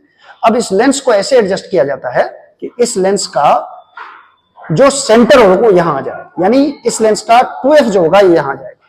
तो 2f पर जो इमेज ऑब्जेक्ट रहेगा तो इसका इमेज ये सीधा बना देगा अपने 2f पे, सेम टाइप का, जितना बड़ा ये रहेगा उतना ही बड़ा बना देगा। अब यहां पे लाया जाता है आईपीस को, यहां पे लाया जाता है आईपीस को, आईपीस को इसके फोकस के अंदर रखा जाता है और इसी का ये वर्चुअल इमेज बड़ा बना के देता है इधर की तरफ। ये टेरेस्ट्रियल टेलीस्कोप है, ठीक है। इसमें जो फाइनल इमेज बना वो वर्चुअल बना, और वर्चुअल भी बना और इरेक्ट भी बना और मैग्नीफाइड भी बना बच्चों, वर्चुअल और इरेक्ट बनता है। चलो देखो जरा, वर्चुअल एंड इन्वर्टेड नहीं, virtual and erect compare to the object, ये ऑप्शन सही है, यानी ऑप्शन नंबर बी होगा। अगर डायरेक्ट याद रखना हो तो रख सकते हो। चलो नेक्स्ट क्या है? 35 है focal length of healthy human eyes. जानते ही हो कितना होता है एक स्वस्थ आदमी का फोकल लेंथ? फोकल लेंथ आदमी का नहीं, आदमी के आंख का फोकल लेंथ 25 सेंटीमीटर होता है, ठीक है। आंखों में तेरी अजब सी अदाएं हैं, दिल को बना दे जो पतंग। वेव ऑप्टिक्स आ गया आपका अपना प्यारा सा छोटा सा टॉपिक, वेव ऑप्टिक्स। देखो बच्चों, वेव ऑप्टिक्स भी ऑब्जेक्टिव पॉइंट ऑफ व्यू से अगर आप देखोगे तो बहुत ज्यादा इंपॉर्टेंट है, ठीक है। वेव ऑप्टिक्स क्या? Wave optics. इससे 3 से 7 नंबर का क्वेश्चन आ सकता है, ये भी इंपॉर्टेंट है बच्चों। देखते हैं इसको, चलते हैं आगे बढ़ते हैं। वेव ऑप्टिक्स का सबसे पहला नंबर क्वेश्चन, चैप्टर नंबर 10 का सबसे फर्स्ट नंबर क्वेश्चन है बच्चों। The wave front due to point source at finite distance from the source is. Point source के कारण फाइनाइट डिस्टेंस पर जो वेव फ्रंट होगा वो कैसा होगा? देखो बच्चों, आपको पता होगा कि जो भी पॉइंट सोर्स होता है उसके कारण जो वेव फ्रंट होता है वो स्फेरिकल होता है। कैसा होता है? स्फेरिकल, गोलाकार होता है, ठीक है। पॉइंट सोर्स के कारण जो वेव फ्रंट होता है वो कैसा होता है? गोलाकार होता है। ये चारों दिशा में फैलता है, इधर भी, इधर भी, इधर भी, इधर भी, इस साइड, ठीक है। अब सवाल है कि अगर ये वेव फ्रंट बहुत इनफाइनाइट तक जाता तो इसका जो एक पार्ट होता है बच्चों, ये प्लेन वेव फ्रंट होता है। कब? जब इनफाइनाइट पे जाता तब।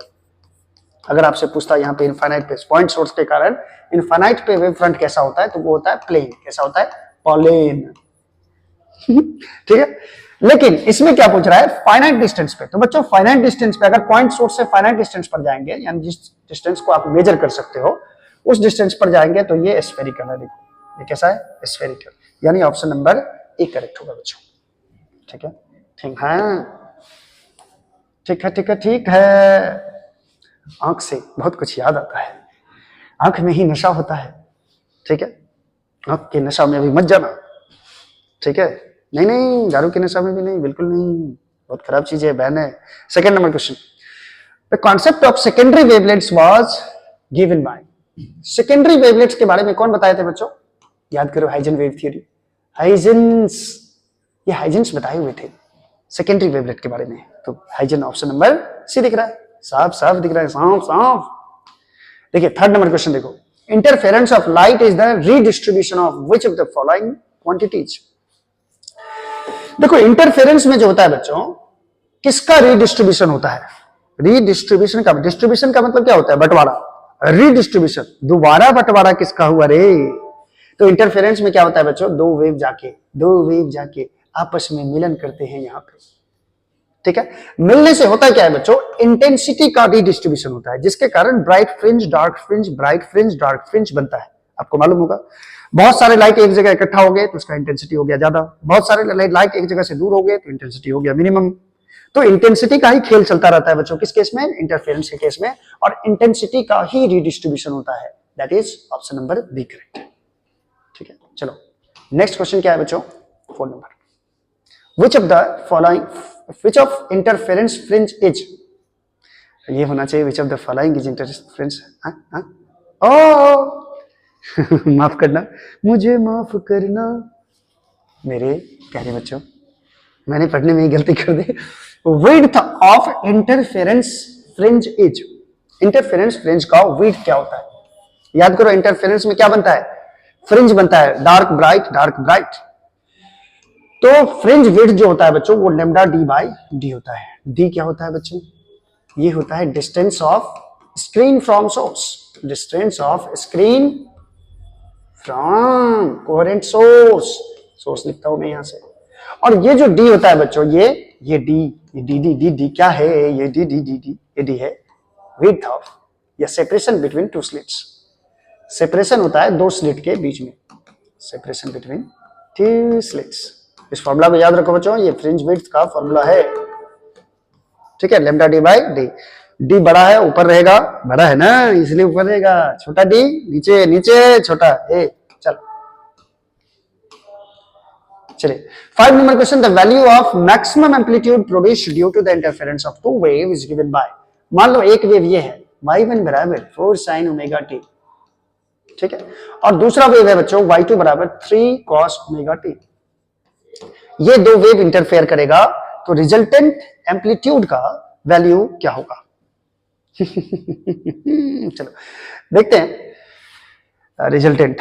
चलो इसमें देखो बच्चों कि ये 3 है और cos ओमेगा टी को साइन के फॉर्म में लिखने की कोशिश करो। 3 साइन, इसको लिख सकते हैं omega T plus pi by 2। अब दोनों वेव के बीच का फेज डिफरेंस देखो जरा, दोनों वेव के बीच का फेज डिफरेंस कितना है? फेज डिफरेंस है पाई बाई 2 के बराबर, ठीक है। ये पहला वेव का एम्पलीट्यूड है जिसको आप A1 लिख सकते हो, A1 का वैल्यू 4 हो गया, और ये दूसरा वेव का एम्पलीट्यूड है जिसको आप A2 लिख सकते हो जो कि हो गया 3, और दोनों के बीच का एंगल है 5। आप लोग रिजल्टेंट एम्पलीट्यूड का फॉर्मूला जानते होंगे, AR बराबर root under A1 square plus A2 square plus 2A1 A2 cos phi, जो वेक्टर का फॉर्मूला होता है बच्चों वही इसका भी होता है। फाई है यहाँ पे दोनों वेव के बीच का फेज डिफरेंस, ठीक है। तो ये हो जाएगा root under 3 square plus A1 का, अच्छा A1 का मान 4 है, चलो कोई बात नहीं 4 रख सकते, A1 का वैल्यू 4 है, देख लो जरा। A2 का वैल्यू 3 है, 3 का स्क्वायर है, 2A1 A2 2 into 4 into 3 cos phi cos 90 हो जाएगा, प्लस 90, फाई का वैल्यू कितना है? पाई बाई 2 मतलब 90। ये 16 ना 25, 16 ना 25 प्लस 4 दूना 8 3 24, और cos 90 जीरो होता है बच्चों। cos 90 क्या होता है? जीरो। 25 का वर्गमूल कितना हो जाएगा? 5 रे 5, 5 ऑप्शन नंबर बी में दिख रहा है। यहां से ऐसे मत कर देना कि मैक्सिमम एम्पलीट्यूड होगा आ, आ, आ, आ, आ, आ। दो वेव जब जुड़ेगा तो इसका एम्पलीट्यूड मैक्सिमम 4 3, ठीक है, 5 होगा।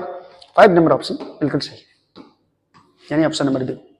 अच्छा, the phase difference phi is related to the path difference del x. आपको याद होगा फेज डिफरेंस का फॉर्मूला डेल फाई बराबर 2 pi by lambda into del x. ये यहाँ पे फेज डिफरेंस है बच्चों, और ये क्या है? डेल एक्स है पाथ डिफरेंस। यहां से आपसे पूछ रहा है डेल एक्स का वैल्यू क्या होगा यहाँ पे, तो डेल एक्स का वैल्यू यहां से निकाल लो। डेल एक्स बराबर ये लेमडा 2 पाई बाय लेमडा है, उधर जाएगा तो क्या हो जाएगा? लेमडा बाय 2 पाई, उलट जाता है, lambda by 2 pi into del phi. ये वैल्यू हो जाएगा बच्चों डेल एक्स का। देखो इसमें क्या है?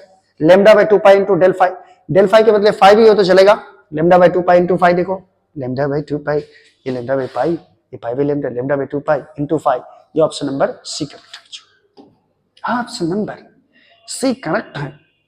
Brewster's law is, Brewster's law is, Brewster's law क्या है याद करो। ब्रिस्टर्स लॉ में बच्चों होता है टेन थीटा पी का वैल्यू म्यू के बराबर होता है, यानी ब्रिस्टर्स एंगल है थीटा पी और म्यू है refractive index of medium.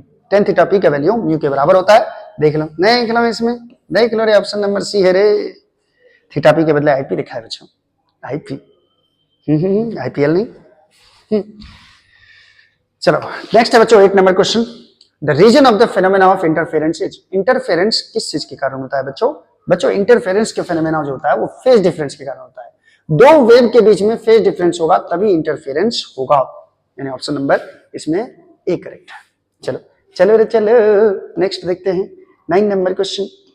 9 number question है बच्चों, which is use to produce polarised light. Polarised light produce करने के लिए किसका यूज होता है? प्रिज्म या फिल्म ग्लास नहीं, NaCl प्रिज्म नहीं, निकोल प्रिज्म का यूज होता है बच्चों पोलराइज्ड लाइट को प्रोड्यूस करने के लिए, निकोल प्रिज्म। चलो नेक्स्ट क्वेश्चन है बच्चों, the width of diffraction fringe is dash to the width of interference fringe.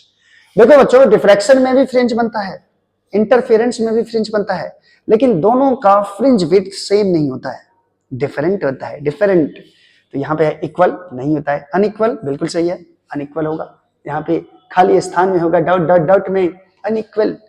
हम लोग की लाइफ में भी dot dot dot dot dot होता है, ठीक है, बहुत सारे dot dot dot dot dot होते हैं और उस डॉट डॉट में बहुत आदमी कुछ कुछ होते हैं, ठीक है। चलो नेक्स्ट क्वेश्चन देखो, क्वेश्चन नंबर 11 है बच्चों, when the distance between source of light and screen is increased then fringe width. जब आप सोर्स ऑफ लाइट और स्क्रीन के बीच का डिस्टेंस बढ़ा देते हैं देन फ्रिंज विड्थ क्या होगा? ध्यान देना इस पे क्या बोल रहा है, distance between source of light and screen. देखो फ्रिंज कैसे बनता है बच्चों, इंटरफेरेंस में पढ़े होंगे, इसमें दो स्लिट्स होता है और यहाँ पे होता है एक स्क्रीन जहां पे फ्रिंज बनता है, दोनों से यहाँ वेव जाता है, वेव जाए रे, वेव जाए रे, यहाँ से वेव जाता है बच्चों। तो यहाँ से ऐसे नहीं रे, ऐसे गया, तो ये सेंटर पे ब्राइट बनता है बच्चों, आपको मालूम होगा।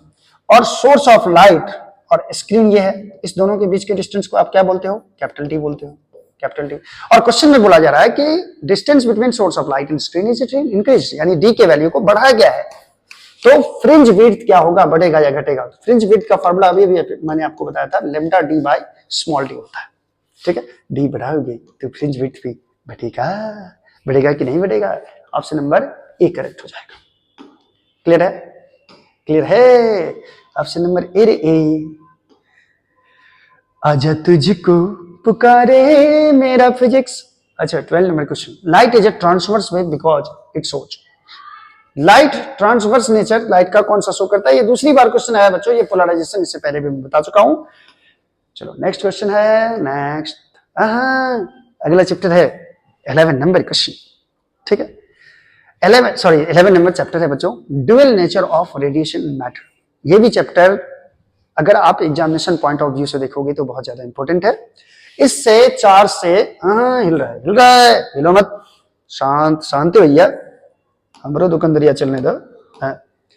4 से 6 क्वेश्चन इससे आता है, ठीक है। ये इंपॉर्टेंट है बच्चों, ये भी आप लोग के बोर्ड के एग्जाम के पॉइंट ऑफ व्यू से। तो इस चैप्टर से पहले थोड़े समय ब्रेक ले लू रे बच्चा, प्यास लगी है। देखो ये भी क्वेश्चन बहुत ज्यादा इंपॉर्टेंट होगा इस चैप्टर से भी।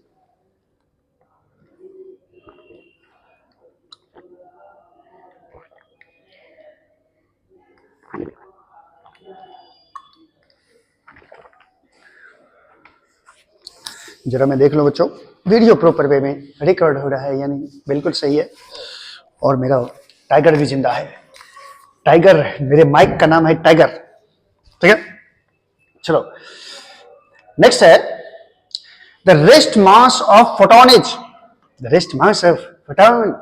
फोटोन का जो रेस्ट मास होता है बच्चों वो 0 होता है। क्या होता है? 0। फोटोन चलेगा तो कुछ मास होगा, दैट इज फोटोन का रेस्ट मास 0 है, यानी ऑप्शन नंबर ए करेक्ट है, एक करेक्ट है। चलिए नेक्स्ट क्वेश्चन देखते हैं बच्चों, the energy of photo electron depends on. Photo electron का जो एनर्जी होता है बच्चों वो किस पे डिपेंड करता है? इंटेंसिटी पे, वेवलेंथ पे, वर्क फंक्शन पे? नो। तो फोटो इलेक्ट्रॉन का जो एनर्जी होता है उसका फॉर्मूला क्या है बच्चों, ई बराबर एच सी बाय लेमडा है या फिर एच न्यू है। यानी एनर्जी वेवलेंथ पे डिपेंड करता है या फिर एनर्जी उसके फ्रीक्वेंसी पे डिपेंड करता है। ठीक है, तो देखो कौन सा ऑप्शन है, इसमें तो इंटेंसिटी पे नहीं होगा, वेवलेंथ। चलो ये ऑप्शन सही है, फ्रीक्वेंसी है नहीं जो ऑप्शन में करेक्ट करूं। ठीक है, वेवलेंथ पे डिपेंड करता है। थर्ड नंबर क्वेश्चन है बच्चों, इससे बहुत आसान आसान क्वेश्चन आता है बच्चों, अगर ढंग से पढ़ोगे तो इजीली इसको कर पाओगे। Electron volt is an unit of. बच्चों इलेक्ट्रॉन वोल्ट जो यूनिट होता है वो एनर्जी का यूनिट होता है। किसका? एनर्जी का। आपको पता होगा कि एनर्जी का यूनिट है तो एनर्जी का यूनिट तो जूल भी होता है, तो जूल और इलेक्ट्रॉन वोल्ट में क्या रिलेशन होता है, तो 1.6 इंटू 10 डेज 19 जूल के बराबर होता है 1 electron volt. That is 1 electron volt होता है, एक इलेक्ट्रॉनिक चार्ज जो होता है उसमें जूल लगा दीजिए, उतना जूल के बराबर होता है। यानी एनर्जी का यूनिट होता है बच्चों इलेक्ट्रॉन वोल्ट। चलो नेक्स्ट देखो, इन लेजर रे a photon stimulates the emission of another photon, the photon have। देखो जो फोटोन का इमिशन होता है उसको, उसका जो एनर्जी होता है, डायरेक्शन होता है, मैग्नीट्यूड होता है, वो पहले वाले फोटोन के ही बराबर होता है लेजर में बच्चों। यानी एनर्जी सेम होगा, बिल्कुल सेम, डायरेक्शन भी सेम, मैग्नीट्यूड भी सेम होता है, यानी ऑल ऑफ दिस इसमें ऑप्शन हो जाएगा। ठीक है, ठीक है रे लेजर। अच्छा, in photo electric effect the photo electric current is independent of. Photo electric current, अच्छा फोटो इलेक्ट्रिक करंट जो होता है वो किस पे डिपेंड नहीं करता है, ये आपसे पूछा जा रहा है। इंटेंसिटी बढ़ाने से बच्चों क्या होगा कि ज्यादा से ज्यादा अमाउंट में लाइट जाएगी तो ज्यादा से ज्यादा इलेक्ट्रॉन निकलेगा कम टाइम में, तो करंट बढ़ जाएगा। पोटेंशियल डिफरेंस पे डिपेंड तो करेगा ही current. The nature of emitter material इस पे भी डिपेंड करता है बच्चों। फ्रीक्वेंसी ऑफ इंसिडेंट लाइट पे डिपेंड नहीं करता है, क्योंकि फ्रीक्वेंसी बढ़ाने से फोटोन का एनर्जी बढ़ेगा, एनर्जी बढ़ने से ये नंबर ऑफ इलेक्ट्रॉन्स नहीं बढ़ रहे हैं, नंबर ऑफ इलेक्ट्रॉन्स पर सेकेंड नहीं बढ़ रहे हैं, इसलिए करंट पे कोई फर्क नहीं पड़ेगा। That is frequency of incident light पे फोटो करंट डिपेंड नहीं करता है। चलिए नेक्स्ट, नेक्स्ट क्या है 6 number, photo cell is based on. Photo cell होता है बच्चों, फोटो सेल जैसे आप सोलर सेल भी जानते होंगे। सोलर सेल क्या होता है, सूरज के प्रकाश से बैटरी चार्ज किया जाता है, बैटरी यानी सोलर एनर्जी को इलेक्ट्रिकल एनर्जी में कन्वर्ट किया जाता है। उसके लिए सोलर प्लेट लगाया जाता है जिस पर लाइट आती है, फोटोन आता है, तो उसमें से इलेक्ट्रॉन फुदक के बाहर निकलता है और इस घटना को कहा जाता है फोटो इलेक्ट्रिक इफेक्ट। क्या बोलते हैं बच्चों? फोटो इलेक्ट्रिक इफेक्ट बोलते हैं। ऐसे भी फोटो सेल में फोटो है तो ऑप्शन में भी फोटो देखना, फोटो फोटो फटवा, फोटो इलेक्ट्रिक इफेक्ट होगा बच्चों, ऑप्शन नंबर बी। ठीक है, चलो नेक्स्ट क्वेश्चन है बच्चों 7 number, the energy of photon of wavelength lambda is. उस फोटोन का एनर्जी क्या होगा जिसका वेवलेंथ है लैम्डा, hc बाय लैम्डा। याद करो hc by lambda, h Planck's constant, c the speed of light, lambda wavelength, hc by lambda, option number B में दिख रहा है। देखो ऐसे भी फॉर्मूला भी डायरेक्टली आते हैं बच्चों। ठीक है, परदेसी परदेसी तू जाना नहीं, अभी कहीं नहीं जाना, अभी प्रदेश मत जाना, एग्जाम है ना तुम लोग का। For same wavelength of electron and photon which quantity will be the same, will be same। अगर इलेक्ट्रॉन का और फोटोन का वेवलेंथ सेम है दोनों का, lambda E equal to lambda P, lambda E equal to lambda P, ठीक है, तो इसमें से इलेक्ट्रॉन और फोटोन का क्या सेम होगा? क्या दोनों का वेलोसिटी सेम होगा, दोनों का एनर्जी सेम होगा, दोनों का मोमेंटम सेम होगा, दोनों का एंगुलर मोमेंटम सेम होगा? चलिए सबसे पहले देख लिया जाए, अगर वेवलेंथ है तो इसके पास कुछ ना कुछ एनर्जी होगा। तो वेवलेंथ का फॉर्मूला क्या होता है? डी ब्राई वेवलेंथ का फॉर्मूला बोलिए तो जरा, लैम्डा बराबर h बाय p होता है। ठीक है, तो अगर इलेक्ट्रॉन का अगर वेवलेंथ निकाला जाए तो h by momentum of electron होगा, p मतलब मोमेंटम है, h प्लैंक्स कांस्टेंट है वो तो दोनों के लिए कांस्टेंट होगा, और लैम्डा e के लिए देखो बच्चों h बाय कितना होगा, p ही होगा। इलेक्ट्रॉन के लिए ये भी इलेक्ट्रॉन के लिए सर आप लिख दिए। प्रोटॉन के लिए अगर बच्चों लिखो लैम्डा पी बराबर, तो ये हो गया h by momentum of proton, ये लिखो। अब दोनों का वेवलेंथ सेम है तो दोनों का मोमेंटम भी क्या होना चाहिए? सेम होना चाहिए। यानी इलेक्ट्रॉन का और प्रोटॉन का जो मोमेंटम होगा बच्चों ये दोनों बराबर होगा। तो बोल रहा है कौन क्वांटिटी सेम होगा तो मोमेंटम सेम होगा। ठीक है, चलिए नेक्स्ट क्वेश्चन क्या है बच्चों? नेक्स्ट क्वेश्चन जी करे देखता रहूं। क्या? 9 नंबर क्वेश्चन। ठीक है, उल्टा पुल्टा मत सोचना। 9 नंबर क्वेश्चन देखो, D Broglie wavelength is, D Broglie wavelength अभी अभी मैंने फॉर्मूला लिखा है h/p, और p का मान होता है बच्चों मास इंटू वेलोसिटी मोमेंटम होता है, h/mv हो जाएगा D Broglie wavelength, h/mv, h/mv रे ऑप्शन नंबर डी हो जाएगा, बी हो जाएगा, बी बी बी बी। चलो, a particle of mass m and charge q is accelerated through potential v, the de Broglie wavelength of particle will be। देखो अगर मैं इसको डिराइव करना चाहूं तो डिराइव भी कर सकता हूं बच्चों। देखिए इसमें क्या कहा गया है, क्या कहा गया है सर, मान लो ये पॉजिटिव प्लेट और ये नेगेटिव प्लेट है, इसमें सर कैपेसिटर कहां से आ गया बच्चों, मान लो इस दोनों के बीच का पोटेंशियल डिफरेंस भी है, यहां से क्यू चार्ज को छोड़ दिया गया क्योंकि इसमें फील्ड का डायरेक्शन इधर की तरफ है, तो इस चार्ज पे इधर की तरफ एक फोर्स काम करेगा जिसका मान होगा क्यू इंटू ई के बराबर, ए बराबर क्यू। ठीक है, अब यहां से यहां तक बच्चों जाएगा तो इस इलेक्ट्रिक फील्ड के द्वारा जो वर्क डन होगा वो क्यू इंटू वी के बराबर होगा। याद करो वी बराबर डब्ल्यू बाई क्यू, तो डब्ल्यू बराबर क्यू इंटू वी होगा। ये हो गया, वर्क डन हो गया, और यही वर्क डन W बराबर किसमें बदल जाएगा, चेंज इन काइनेटिक एनर्जी के बराबर। याद करो वर्क एनर्जी थ्योरम, W बराबर होता है डेल के, डेल के का मतलब के एफ माइनस के आई, इतना बराबर हो जाएगा जितना वर्क हुआ था, वर्क कितना के बराबर है, क्यू इंटू वी के बराबर। इनिशियली ये रेस्ट में था, किसमें था, रेस्ट में था, रेस्ट में, और यहां जाके इसका स्पीड मान लीजिए हो गया v, तो रेस्ट में इसका काइनेटिक एनर्जी हो जाएगा, काइनेटिक एनर्जी के हो जाएगा, और माइनस इनिशियल काइनेटिक एनर्जी 0 हो जाएगा, यानी काइनेटिक एनर्जी का मान हो गया क्यू इंटू वी के बराबर। समझ गया बात, समझ गया। अब इसका जो डी ब्रॉय वेवलेंथ होगा ये होगा h/p के बराबर। ठीक है, h/p के बराबर। तो बच्चों काइनेटिक एनर्जी तो मिल गया q इंटू वी के बराबर, लेकिन मोमेंटम कितना होगा, काइनेटिक एनर्जी और मोमेंटम में एक रिलेशन है बच्चों, याद रखना कि p बराबर होता है रूट अंडर 2m के, रूट अंडर 2m के, 2 into mass into kinetic energy.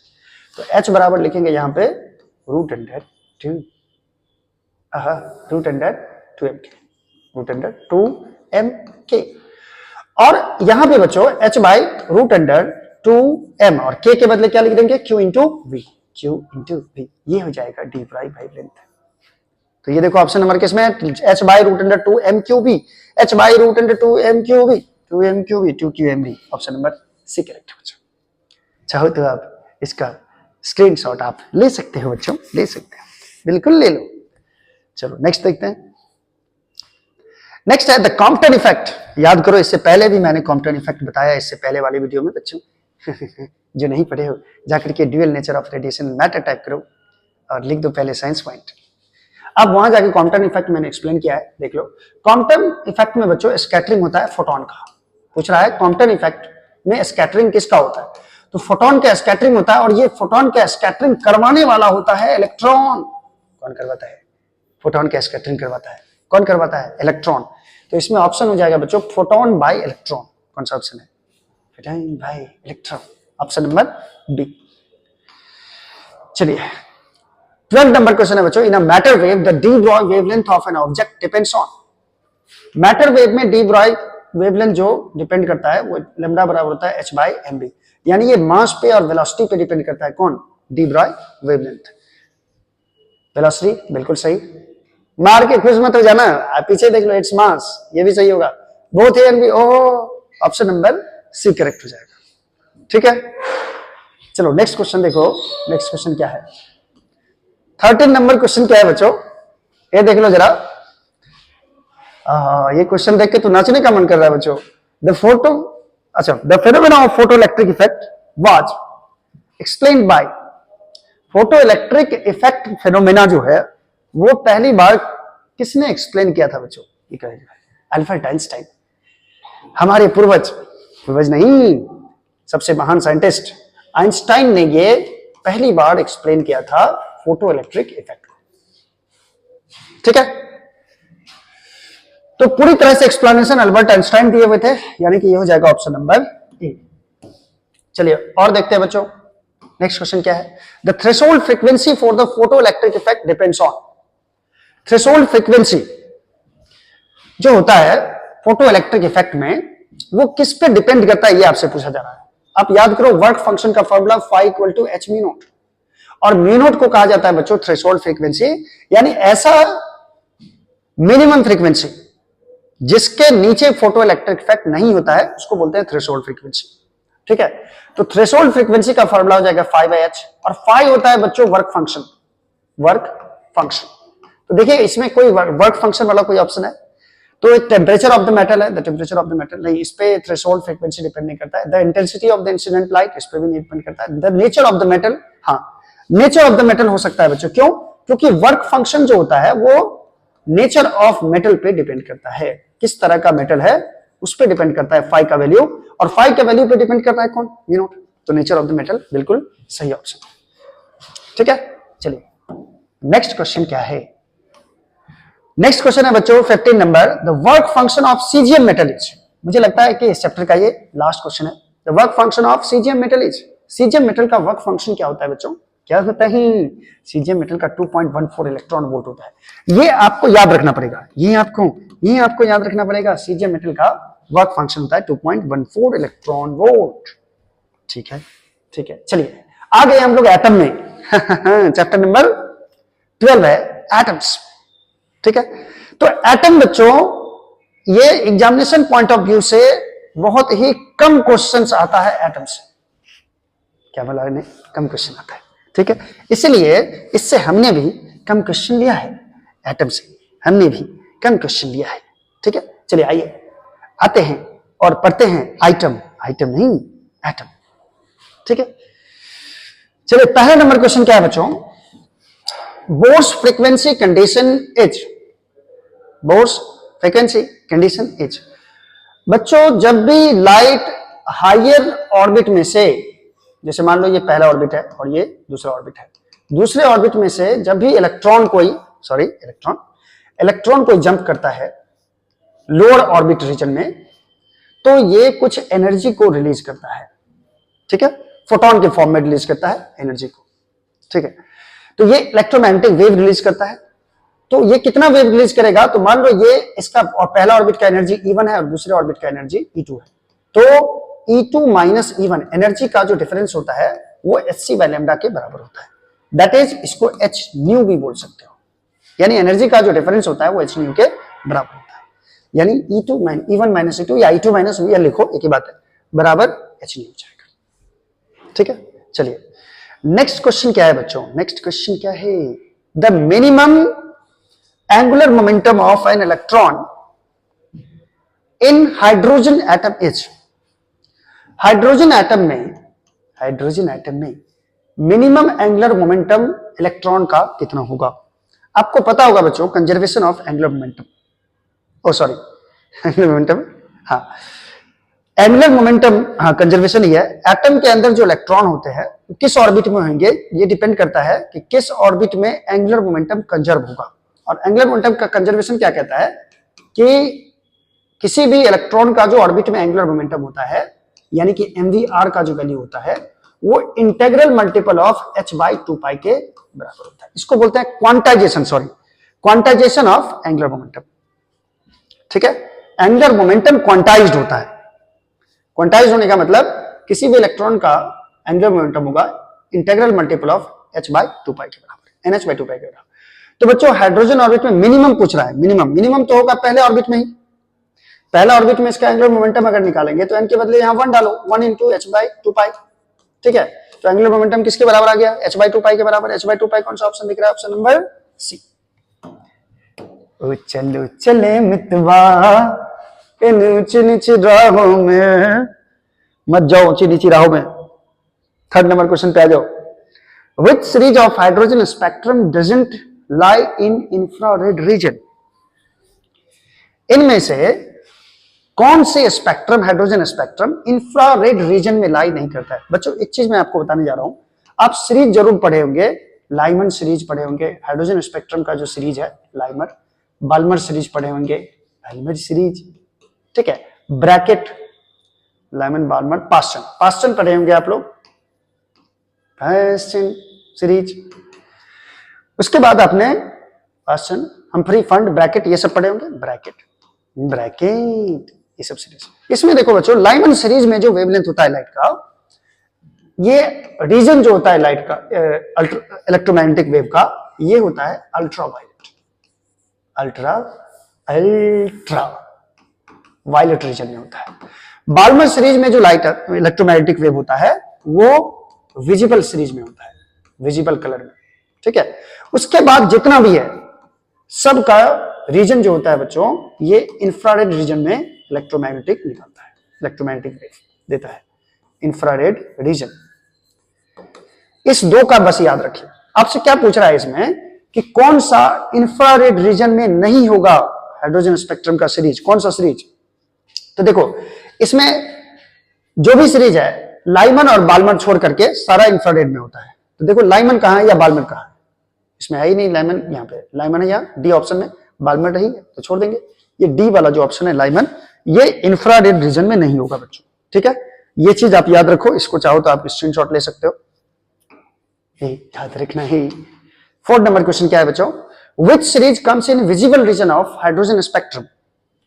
Which series comes in visible region of hydrogen spectrum? अभी अभी मैंने क्या बताया था आपको, लाइमन सीरीज होता है अल्ट्रावायलेट रे में, और बाल्मर सीरीज जो होता है वो विजिबल सीरीज में होता है। तो ये ऑप्शन नंबर बी हो जाएगा बच्चों, ठीक है। ये विजिबल रीजन में होता है बाल्मर सीरीज, ठीक है।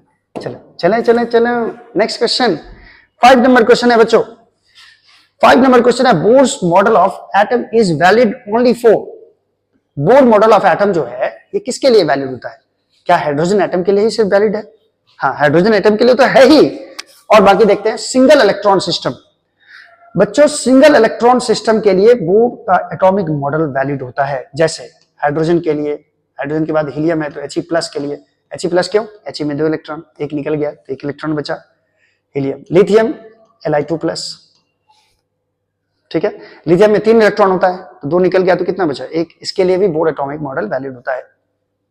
Be3+, इसके लिए वैलिड होगा। बेरिलियम में 4 इलेक्ट्रॉन होते हैं, 1 3 निकल गया तो कितना बचा? 1।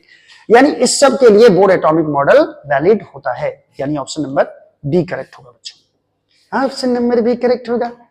अब आ गया है चैप्टर न्यूक्लियाई, ठीक है। तो आओ बच्चों न्यूक्लियाई का सबसे पहला नंबर क्वेश्चन देखते हैं, ठीक है। सबसे पहला नंबर क्वेश्चन है, अरे रे रे रे, which of the following represents the alpha decay of x? AZX है। AZX का मतलब समझना, ये x कोई एलिमेंट है और इसका मास नंबर a है बच्चों, और एटॉमिक नंबर नीचे जो रहता है वो z है, ठीक है। तो अल्फा डिके में क्या होता है? तो मान लो कोई एलिमेंट है जिसका मास नंबर a है और एटॉमिक नंबर z है, x कोई एलिमेंट है, इसमें से अगर एक अल्फा रे निकलेगा, अल्फा रे, तो क्या होगा बच्चों? ये ऑप्शन सही है या ये ऑप्शन सही है या ये ऑप्शन सही है या ये ऑप्शन सही है, आपको बताना है। सबसे पहले आपको जानना होगा कि अल्फा रे जो होता है बच्चों, अल्फा रे क्या होता है? अल्फा रे ये He2+ आयन होता है बच्चों। अल्फा रे क्या होता है? He2+ आयन होता है, ठीक है। इसमें अल्फा का, हीलियम का जो एटॉमिक नंबर होता है वो 2 होता है और मास नंबर कितना होता है? 4 होता है। तो यदि किसी भी एलिमेंट में से एक अल्फा रे निकलेगा तो इसका मास नंबर बच्चों 4 कम हो जाएगा, क्योंकि हीलियम का मास नंबर कितना है? 4।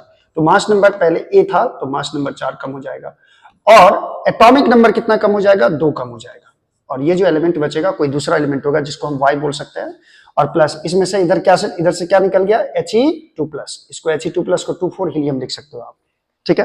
तो ये ऑप्शन देखो किसमें है। ये ऑप्शन मुझे लग रहा है कि एटॉमिक मास नंबर 4 कम हो जाना, एटॉमिक नंबर 2 कम हो जाना, प्लस हीलियम, यानी ऑप्शन नंबर ए करेक्ट होता है, ठीक है। चलो नेक्स्ट क्या है बच्चों? नेक्स्ट क्या है रे? ये काली काली आंखें टुरुरु, हैं काली काली बोर्ड। दूसरा नंबर क्वेश्चन क्या है बच्चों? Which of the following is not a fundamental particle? इसमें से कौन से फंडामेंटल पार्टिकल नहीं है? फंडामेंटल पार्टिकल एटम का 3 ही है बच्चों, आप जानते ही हो।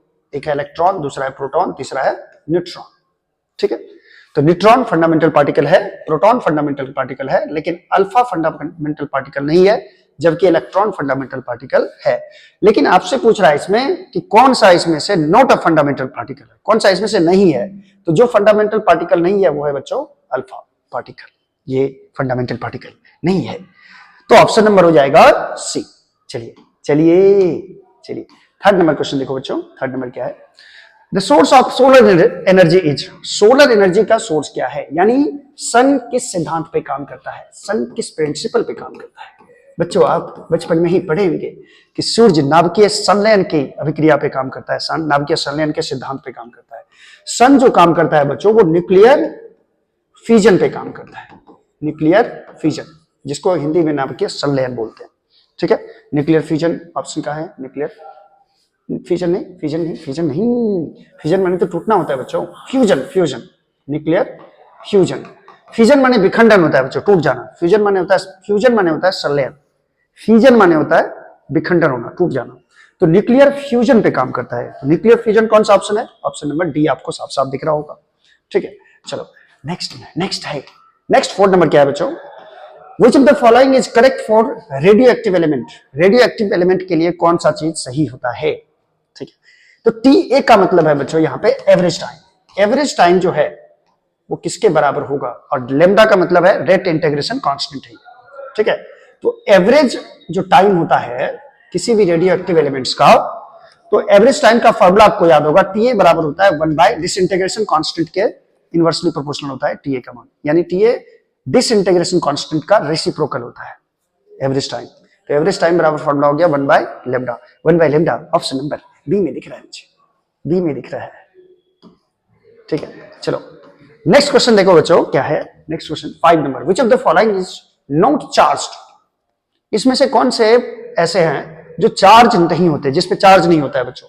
देखो फोटोन, फोटोन क्या होता है, इलेक्ट्रोमैग्नेटिक वेव, यानी कि लाइट जो होता है, लाइट का जिस छोटे छोटे पार्टिकल से बना होता है उसको फोटोन बोलते हैं। लेकिन फोटोन पे बच्चों चार्ज नहीं होता है, नो चार्ज, नो चार्ज, इस पे चार्ज नहीं होता है। अल्फा पार्टिकल पे He2+ चार्ज होता है, जानते ही हो। हीलियम पार्टिकल होता है, इस पे 2+ चार्ज होता है। बीटा पार्टिकल बच्चों इलेक्ट्रॉन की तरह होता है, इस पे नेगेटिव चार्ज होता है। इलेक्ट्रॉन जानते हो, इलेक्ट्रॉन नेगेटिव चार्ज होता है, लेकिन फोटोन पे कोई चार्ज नहीं होता है। ठीक है, तो नॉट चार्ज आपसे पूछ रहा है तो फोटोन, यानी कि ऑप्शन नंबर ए हो जाएगा। चलिए नेक्स्ट क्वेश्चन देखो बच्चों 6 number, Which one of the following is chargeless? इसमें से कौन चार्जलेस है, किस पे चार्ज नहीं है। हालांकि वही क्वेश्चन हो गया बच्चों, अल्फा पार्टिकल पे चार्ज होता है, बीटा पे चार्ज होता है, फोटोन पार्टिकल पे चार्ज नहीं होता है बच्चों, फोटोन पार्टिकल पे चार्ज नहीं होता है। इससे पहले वाला भी क्वेश्चन बच्चों यही था, ऑप्शन नंबर सी करेक्ट है। क्लियर है, क्लियर है, क्लियर। चलो नेक्स्ट क्वेश्चन देखते हैं। नेक्स्ट क्वेश्चन न्यूक्लियाई का अगला question, question number 7, time during which the amount of radioactive substance becomes half of its initial amount is called. आप chemical kinetics पढ़े होंगे तो उसमें भी आपको पता होगा, और रेडियो एक्टिविटी पढ़े होंगे, डिसइंटीग्रेशन कांस्टेंट सबके बारे में, रेडियो एक्टिव डीके के बारे में तो पता होगा कि जब आधा कंसंट्रेशन खत्म हो जाता है, अपने इनिशियल अमाउंट का आधा अमाउंट जब बच जाता है जिस टाइम में, उस टाइम को हाफ लाइफ कहा जाता है बच्चों। क्या कहा जाता है, हाफ लाइफ। ठीक है, इनिशियल अमाउंट का रेडियो एक्टिव एलिमेंट जो होता है वो अपने इनिशियल अमाउंट का सिर्फ आधा बच जाएगा जितना टाइम में, उसको हाफ लाइफ टाइम कहा जाता है। That is option number B हो जाएगा इसमें। चलिए बीटा रेज और डिफ्लेक्टेड बाय, बीटा रेज जो होता है बच्चों ये एक्चुअली में इलेक्ट्रॉन होता है। ठीक है, तो इलेक्ट्रॉन है तो चार्ज है। अब चार्ज किसके द्वारा डिफ्लेक्ट होगा, तो ऑप्शन देख लेते हैं। Gravitational field, no, gravitational field charge पर कोई इफेक्ट नहीं डाल सकता है। Only in magnetic field, magnetic field only बोल रहा है, ओनली बोल रहा है in magnetic field deflected, beta rays are deflected in, हाँ मैग्नेटिक फील्ड, सिर्फ मैग्नेटिक फील्ड। तो बच्चों देखो, अगर कोई चार्ज पार्टिकल मैग्नेटिक फील्ड में मूव करेगा तो उस पर कोई ना कोई फोर्स काम करेगा, चार्ज पार्टिकल मैग्नेटिक फील्ड में मूव करेगा, लेकिन यहाँ ओनली बोल रहा है, ये दिक्कत है। अच्छा, सी में बोल रहा है ओनली इन इलेक्ट्रिक फील्ड, इलेक्ट्रिक फील्ड में भी कोई चार्ज पार्टिकल को रखते हैं तो उसमें फोर्स लगता है, वो डिफ्लेक्ट कर सकता है, both magnetic and electric field. ये भी ऑप्शन होना चाहिए बच्चों, क्योंकि कोई चार्ज पार्टिकल अगर मूव करेगा इलेक्ट्रिक फील्ड में हो या मैग्नेटिक फील्ड में हो, तो वो डिफ्लेक्ट होगा ही, किसके द्वारा, मैग्नेटिक फील्ड के द्वारा और इलेक्ट्रिक फील्ड के द्वारा, यानी ऑप्शन नंबर डी करेक्ट है बच्चों। इसमें जितने भी क्वेश्चन आ रहे हैं वो बोर्ड मॉडल क्वेश्चन है बच्चों, इसको ध्यान से देखना, इसको ऑप्शन सब भी ध्यान में रखना, यही सब क्वेश्चन आपको बोर्ड में आएगा, अभी ध्यान से देखते रहना है। ठीक है, चलिए नेक्स्ट क्वेश्चन है बच्चों, which one of the following has maximum penetrating power. इनमें से किसमें सबसे ज्यादा पेनिट्रेटिंग पावर होता है। पेनिट्रेटिंग पावर का मतलब होता है भेदन क्षमता, भेद करने की क्षमता, भेदन क्षमता, यानी कितना तेजी से कौन चीर के निकल सकता है, आर पार हो सकता है, भेदन क्षमता बोलते हैं इसको, पेनिट्रेटिंग पावर को। तो देखो बच्चों, सबसे ज्यादा जो पेनिट्रेटिंग पावर होता है वो गामा रेज का होता है। ठीक है, गामा रेज का अल्फा रेज की अपेक्षा ज्यादा होता है। गामा रेज इलेक्ट्रोमैग्नेटिक वेव है और इसका पेनिट्रेटिंग पावर सबसे ज्यादा होता है। चलिए नेक्स्ट है, नेक्स्ट 10 नंबर क्वेश्चन है बच्चों, X rays are. X rays क्या है? Moving electron? बिल्कुल नहीं। Moving positive ion? बिल्कुल नहीं। Moving negative ion? बिल्कुल नहीं। Electromagnetic wave. एक्स रेज क्या है? इससे पहले भी मैंने बताया था इलेक्ट्रोमैग्नेटिक वेव में चैप्टर में भी कि एक्स रेज जो होता है वो इलेक्ट्रोमैग्नेटिक वेव होता है। ठीक है, चलिए आइए आगे बढ़ते हैं, आगे बढ़ते हैं। Question number 11, the nucleus of any atom is made of. किसी भी एटम का जो न्यूक्लियस होता है वो किससे बना हुआ होता है बच्चों, ये आपसे पूछा जा रहा है। तो क्या न्यूक्लियस में सिर्फ प्रोटॉन होता है? आपको पता होगा कि किसी भी एटम के न्यूक्लियस में दो चीज होता है, एक प्रोटॉन होता है, दूसरा न्यूट्रॉन होता है। ठीक है, किसी भी एटम के न्यूक्लियस में तो प्रोटॉन भी है सिर्फ, ये तो नहीं होगा। प्रोटॉन एंड इलेक्ट्रॉन, ये गलत है बच्चों। अल्फा पार्टिकल नहीं, प्रोटॉन एंड न्यूट्रॉन ये सही है। न्यूक्लियस में क्या सब होता है? प्रोटॉन एंड न्यूट्रॉन होता है। प्रोटीन इन न्यूट्रॉन होता है। 12 नंबर क्वेश्चन क्या है बच्चों, the unit of radio activity. Radio activity का यूनिट होता है बच्चों क्यूरी। क्या होता है? क्यूरी। मैडम क्यूरी के नाम पे रखा गया है क्यूरी, रेडियो एक्टिविटी का यूनिट। चलिए 13 नंबर क्वेश्चन है बच्चों, the half life of radio active isotope 210 Bi। 210 Bi का मतलब हुआ बच्चों 210 और बिस्मथ का मास नंबर दिया हुआ है 210 इस 5 डेज। इसका टी हाफ का वैल्यू दे दिया है 5 डेज। 5 डेज में ये आधा खत्म हो जाता है। ठीक है, तो पूछ रहा है क्या, the fraction of the nuclei undecayed at the end of 20 days. 20 दिन के बाद कितना फ्रैक्शन ऑफ न्यूक्लियाई होगा जो अनडिकेड रहेगा? अनडिकेड मतलब जिसका डिके नहीं हुआ, जो सारा क्षय जिसका नहीं हुआ हो, क्षय जिसका नहीं हुआ हो, जिसका डिके नहीं हुआ हो, 20 दिन में कितना अनडिकेड बच जाएगा।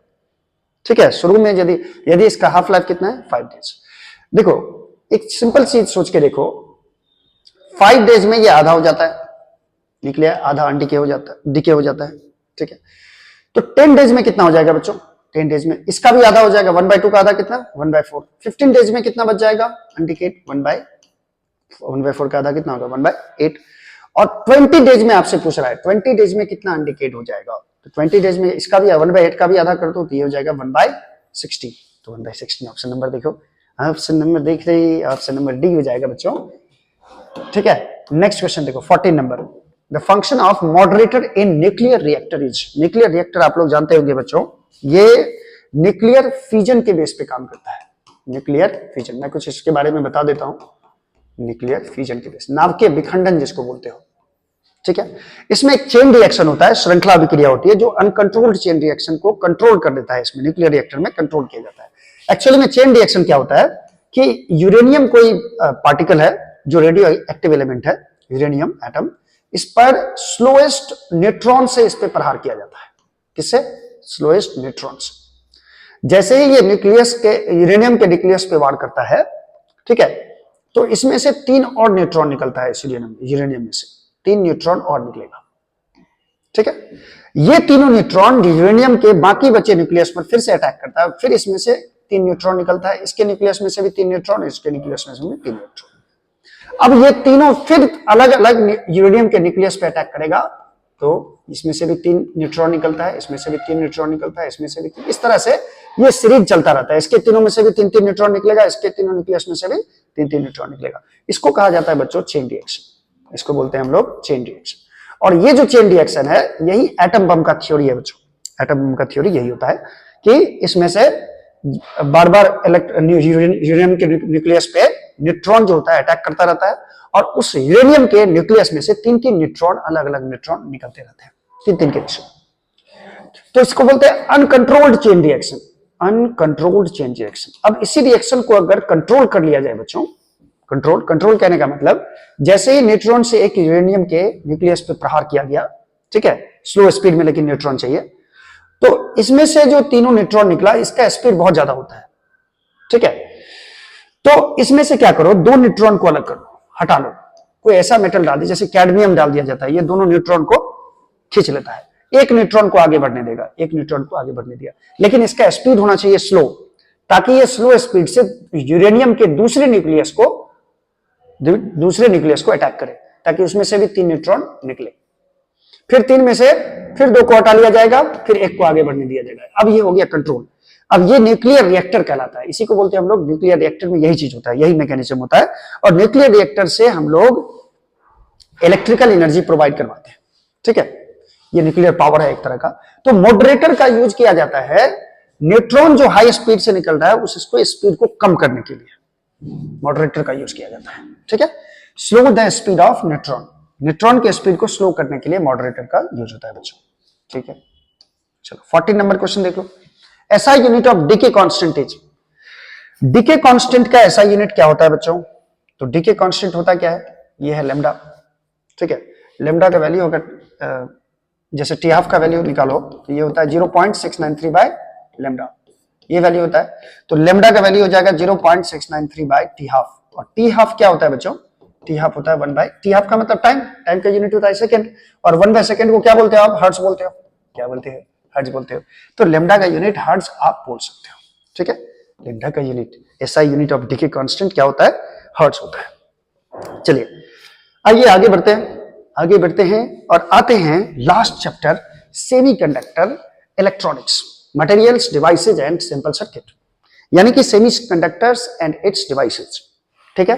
ये लास्ट चैप्टर है बच्चों, और ये चैप्टर बहुत ज्यादा इंपॉर्टेंट है बच्चों। इससे 5 से 10 ऑब्जेक्टिव पकड़ के चलो पूछता है, 5 से 10 ऑब्जेक्टिव।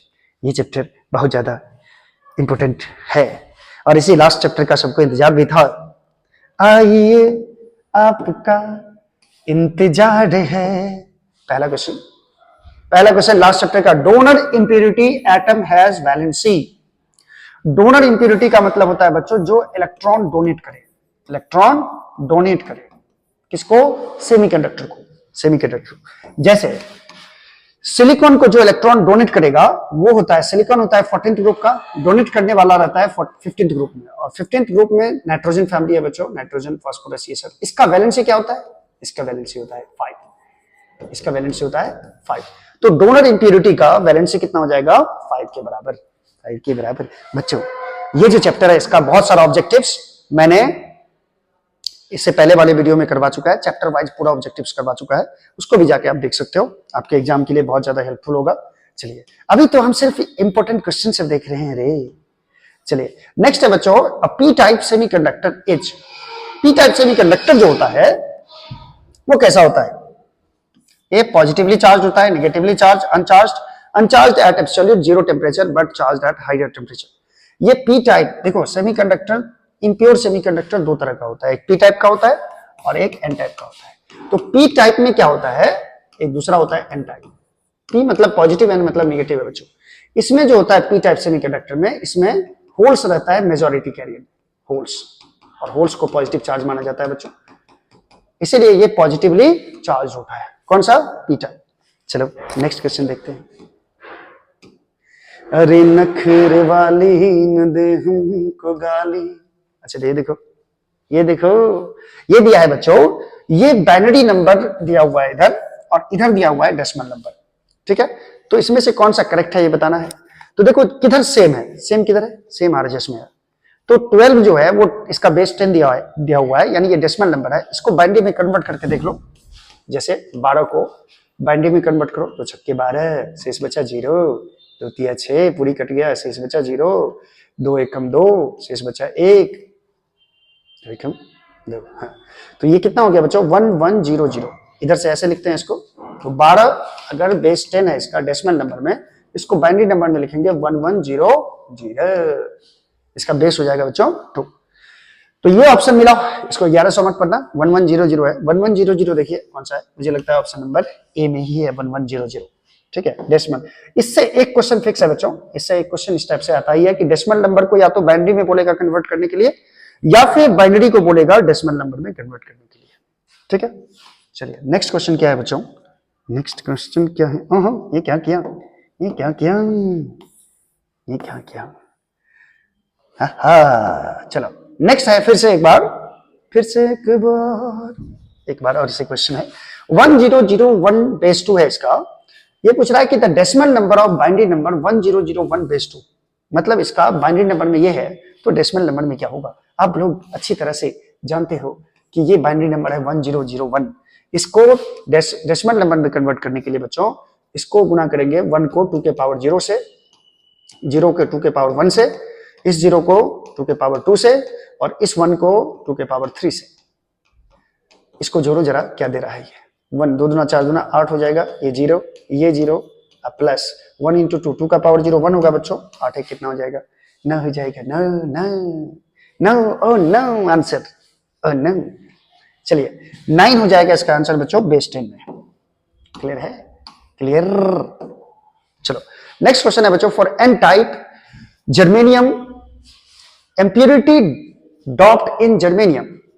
जर्मेनियम जो होता है बच्चों, जर्मेनियम ये एक प्योर सेमीकंडक्टर है और इसको बनाना है मुझे एन टाइप। एन टाइप बनाना है जैसे, यानी कि इसमें इलेक्ट्रॉन जो होगा यानी नेगेटिव चार्ज ये मेजॉरिटी कैरियर में रहेगा। तो इसको डोनर इम्प्योरिटी चाहिए, कोई इलेक्ट्रॉन देने वाला दाता चाहिए। इलेक्ट्रॉन देगा कौन? आपको बताया ग्रुप 15 का जो एलिमेंट होता है बच्चों वो इलेक्ट्रॉन देता है। अब ऑप्शन क्या है बच्चों? Trivalent, tetravalent, pentavalent. ग्रुप 15 के एलिमेंट का वैलेंसी होता है 5, इसीलिए ये जो एटम होता है ये पेंटावैलेंट एटम होता है। तो एन टाइप बनाने के लिए कौन सा एलिमेंट यूज करेंगे हम लोग? पेंटावैलेंट। कौन सा? पेंटावैलेंट। पेंटा, सरटा, धोतिया, कुर्ता। चलो नेक्स्ट है 6 number, diode. Diode is used as, diode को किस तरह से यूज किया जाता है बच्चों? An amplifier? नहीं, एम्पलीफायर में ट्रांजिस्टर यूज होता है बच्चों। An oscillator? बिल्कुल नहीं। मॉड्यूलेटर? बिल्कुल नहीं। रेक्टिफायर? रेक्टिफायर के लिए डायोड यूज किया जाता है। रेक्टिफायर होता है बच्चों एक ऐसा डिवाइस जो एसी को डीसी में कन्वर्ट करता है। क्लियर है? देखो कितना इजी इजी क्वेश्चन से पूछा जा रहा है, पूछा जा रहा है। Boolean expression of NAND gate. NAND gate को यूनिवर्सल गेट भी कहा जाता है बच्चों। नंड में 2 चीज छुपा है, नंद में 2 चीज छुपा है, एक एन माने नोट गेट और एक एंड गेट, 2 गेट छुपा हुआ है बच्चों। ठीक है, तो इसका बुलियन इक्वेशन क्या होता है बच्चों, ये आपसे पूछा जा रहा है। तो पहले एक एंड गेट बनाएंगे, एंड गेट का सिंबल ये होता है, आपको पता होगा। इसमें 2 इनपुट होता है, एक आउटपुट होता है। इसके आगे लगा दो एक नोट गेट, एक नोट गेट लगा दो। ठीक है, ये नोट गेट लगा दिया गया, ये ए हुआ और ये बी हुआ। तो एंड क्या करता है? एंड का मतलब होता है बच्चों गुना, और का मतलब होता है प्लस, यानी इधर आपको मिलेगा a इंटू बी और इसमें a इंटू बी इनपुट जाएगा तो इधर आउटपुट क्या मिलेगा? नोट क्या करता है? a इंटू बी पे क्या लगा देता है? नोट लगा देता है, यानी आउटपुट मिलेगा a into B not. That is option number A correct है, साफ साफ आप देख सकते हो। चलिए 8 नंबर क्वेश्चन क्या है बच्चों? 8 number question, Boolean expression for NOR gates is. NOR gate के लिए बुलियन एक्सप्रेशन क्या होता है? नॉर गेट में 2 गेट छुपा है बच्चों, एक नॉट गेट, एक और गेट, है ना। और गेट का सिंबल कुछ इस तरह होता है बच्चों, पढ़े हो गए आप लोग, इस तरह का। और इसमें 2 इनपुट होते हैं, ए और बी। और इधर एक नोट गेट लगा दो आगे, एक नोट गेट मैंने लगा दिया। तो और गेट का सिंबल होता है प्लस, ये इधर जो देगा आउटपुट ये ए प्लस बी देगा, और ए प्लस बी जब इसमें जाएगा बच्चों तो ये हो जाएगा ए प्लस बी नोट, और ये हो जाएगा बुलियन इक्वेशन। इसके लिए y बराबर ए प्लस बी नोट, y बराबर ए प्लस बी नोट या ए प्लस बी नोट बराबर y। Option number D correct लग रहा है बच्चों। बन सवर के निकले आए सावन का जब जब। 9 नंबर क्वेश्चन देखो बच्चों, with the increase of temperature the resistance of semiconductor. देखो टेम्परेचर बढ़ाने से कंडक्टर का रेसिस्टेंस बढ़ता है, कंडक्टर का रेसिस्टेंस बढ़ता है, लेकिन बच्चों सेमीकंडक्टर का रेसिस्टेंस घटता है टेम्परेचर बढ़ाने से। टेम्परेचर बढ़ाने से ये चीज याद रखना, कंडक्टर का रेसिस्टेंस बढ़ता है जबकि सेमीकंडक्टर का resistance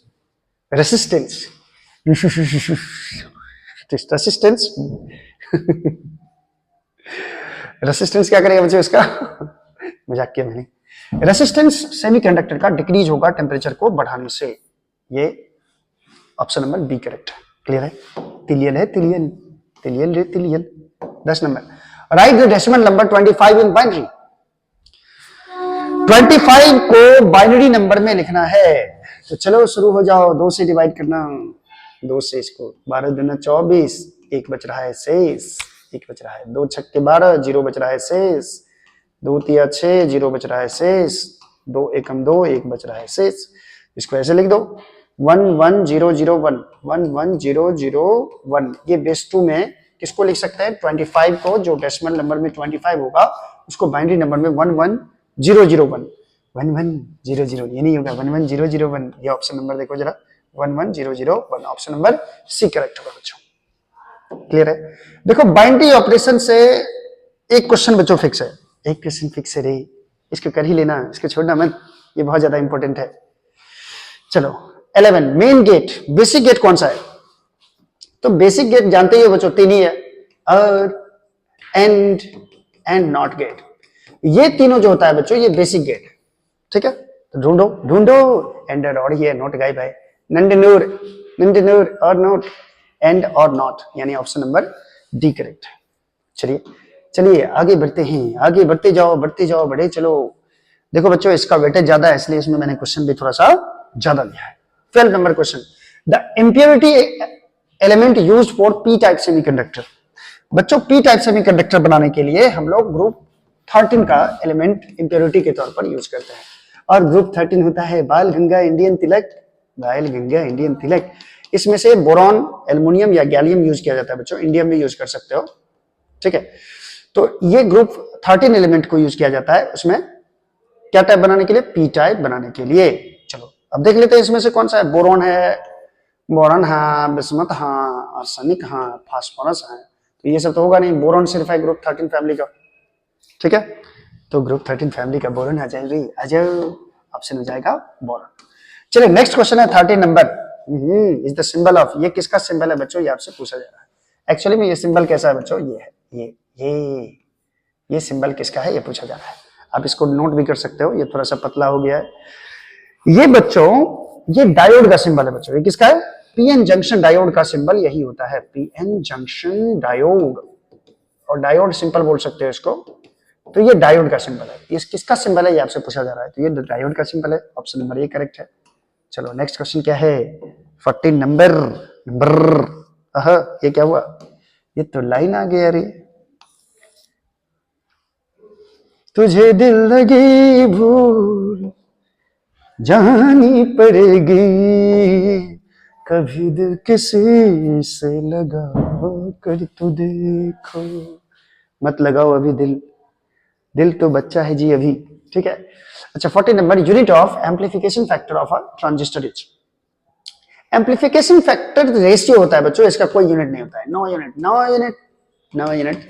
unit volt ampere ohm, no unit. चलो नेक्स्ट क्या है, नेक्स्ट क्वेश्चन है बच्चों, which of the following logic gate is universal gate. आपको पता होगा यूनिवर्सल गेट कौन सा गेट होता है, नंद गेट एक्चुअली में होता है बच्चों यूनिवर्सल गेट। नंद गेट कहाँ है, खोजो, और गेट नहीं रे, एंड गेट नहीं रे, NOT gate, not NAND gate, ये ऑप्शन नंबर बी करेक्ट है। क्लियर है? चलिए 16 नंबर क्वेश्चन है बच्चों, the temperature coefficient of semiconductor is. Semiconductor का टेम्परेचर कोफिशिएंट का मतलब है यहाँ पे टेम्परेचर कोफिशिएंट ऑफ रेसिस्टेंस, जिसको आप बोलते हो अल्फा, और ये अल्फा कब यूज होता है, R बराबर R0 into 1 plus alpha delta T, ये कंडक्टर के लिए पढ़े हुए थे, याद करो। लेकिन बच्चों ये सेमीकंडक्टर के लिए, कंडक्टर के लिए तो ये पॉजिटिव होता है, किसके लिए? कंडक्टर के लिए, चालक पदार्थ के लिए ये पॉजिटिव होता है, लेकिन ये अल्फा नेगेटिव होता है बच्चों, किसके लिए?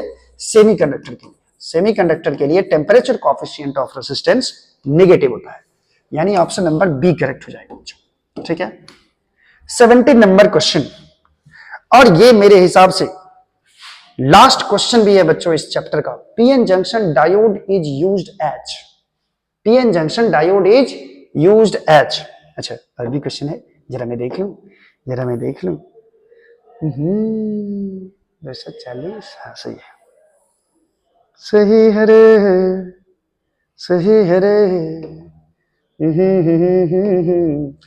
किस्मत की लकीरों से। चलो 17 नंबर क्वेश्चन, ये लास्ट क्वेश्चन है बच्चों। हाँ, PN junction diode is used as, PN junction diode जो होता है वो किस तरह यूज किया जाता है, अभी इससे पहले भी ये क्वेश्चन था बच्चों, ये रेक्टिफायर की तरह यूज किया जाता है। चलिए ये था आज का सेशन।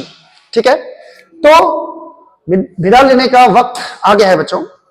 सबसे पहले तो आप इस सारे ऑब्जेक्टिव्स को फिर से देखो, दोबारा देखो, अच्छे से देखो, और सारे ऑप्शंस को याद रखो बच्चों। यकीन मानो इसमें से बहुत सारे ऑब्जेक्टिव्स आपके एग्जाम में जरूर आएंगे, ठीक है, इसका गारंटी है। तो आप बने रहिए, पढ़ते रहिए। मैं अब आप लोगों के लिए पूरे केमिस्ट्री का ऑब्जेक्टिव लाऊंगा। कल या परसों मैं इसको अपलोड कर दूंगा और ये वीडियो तो आज ही अपलोड हो जाएगा। Thank you so much.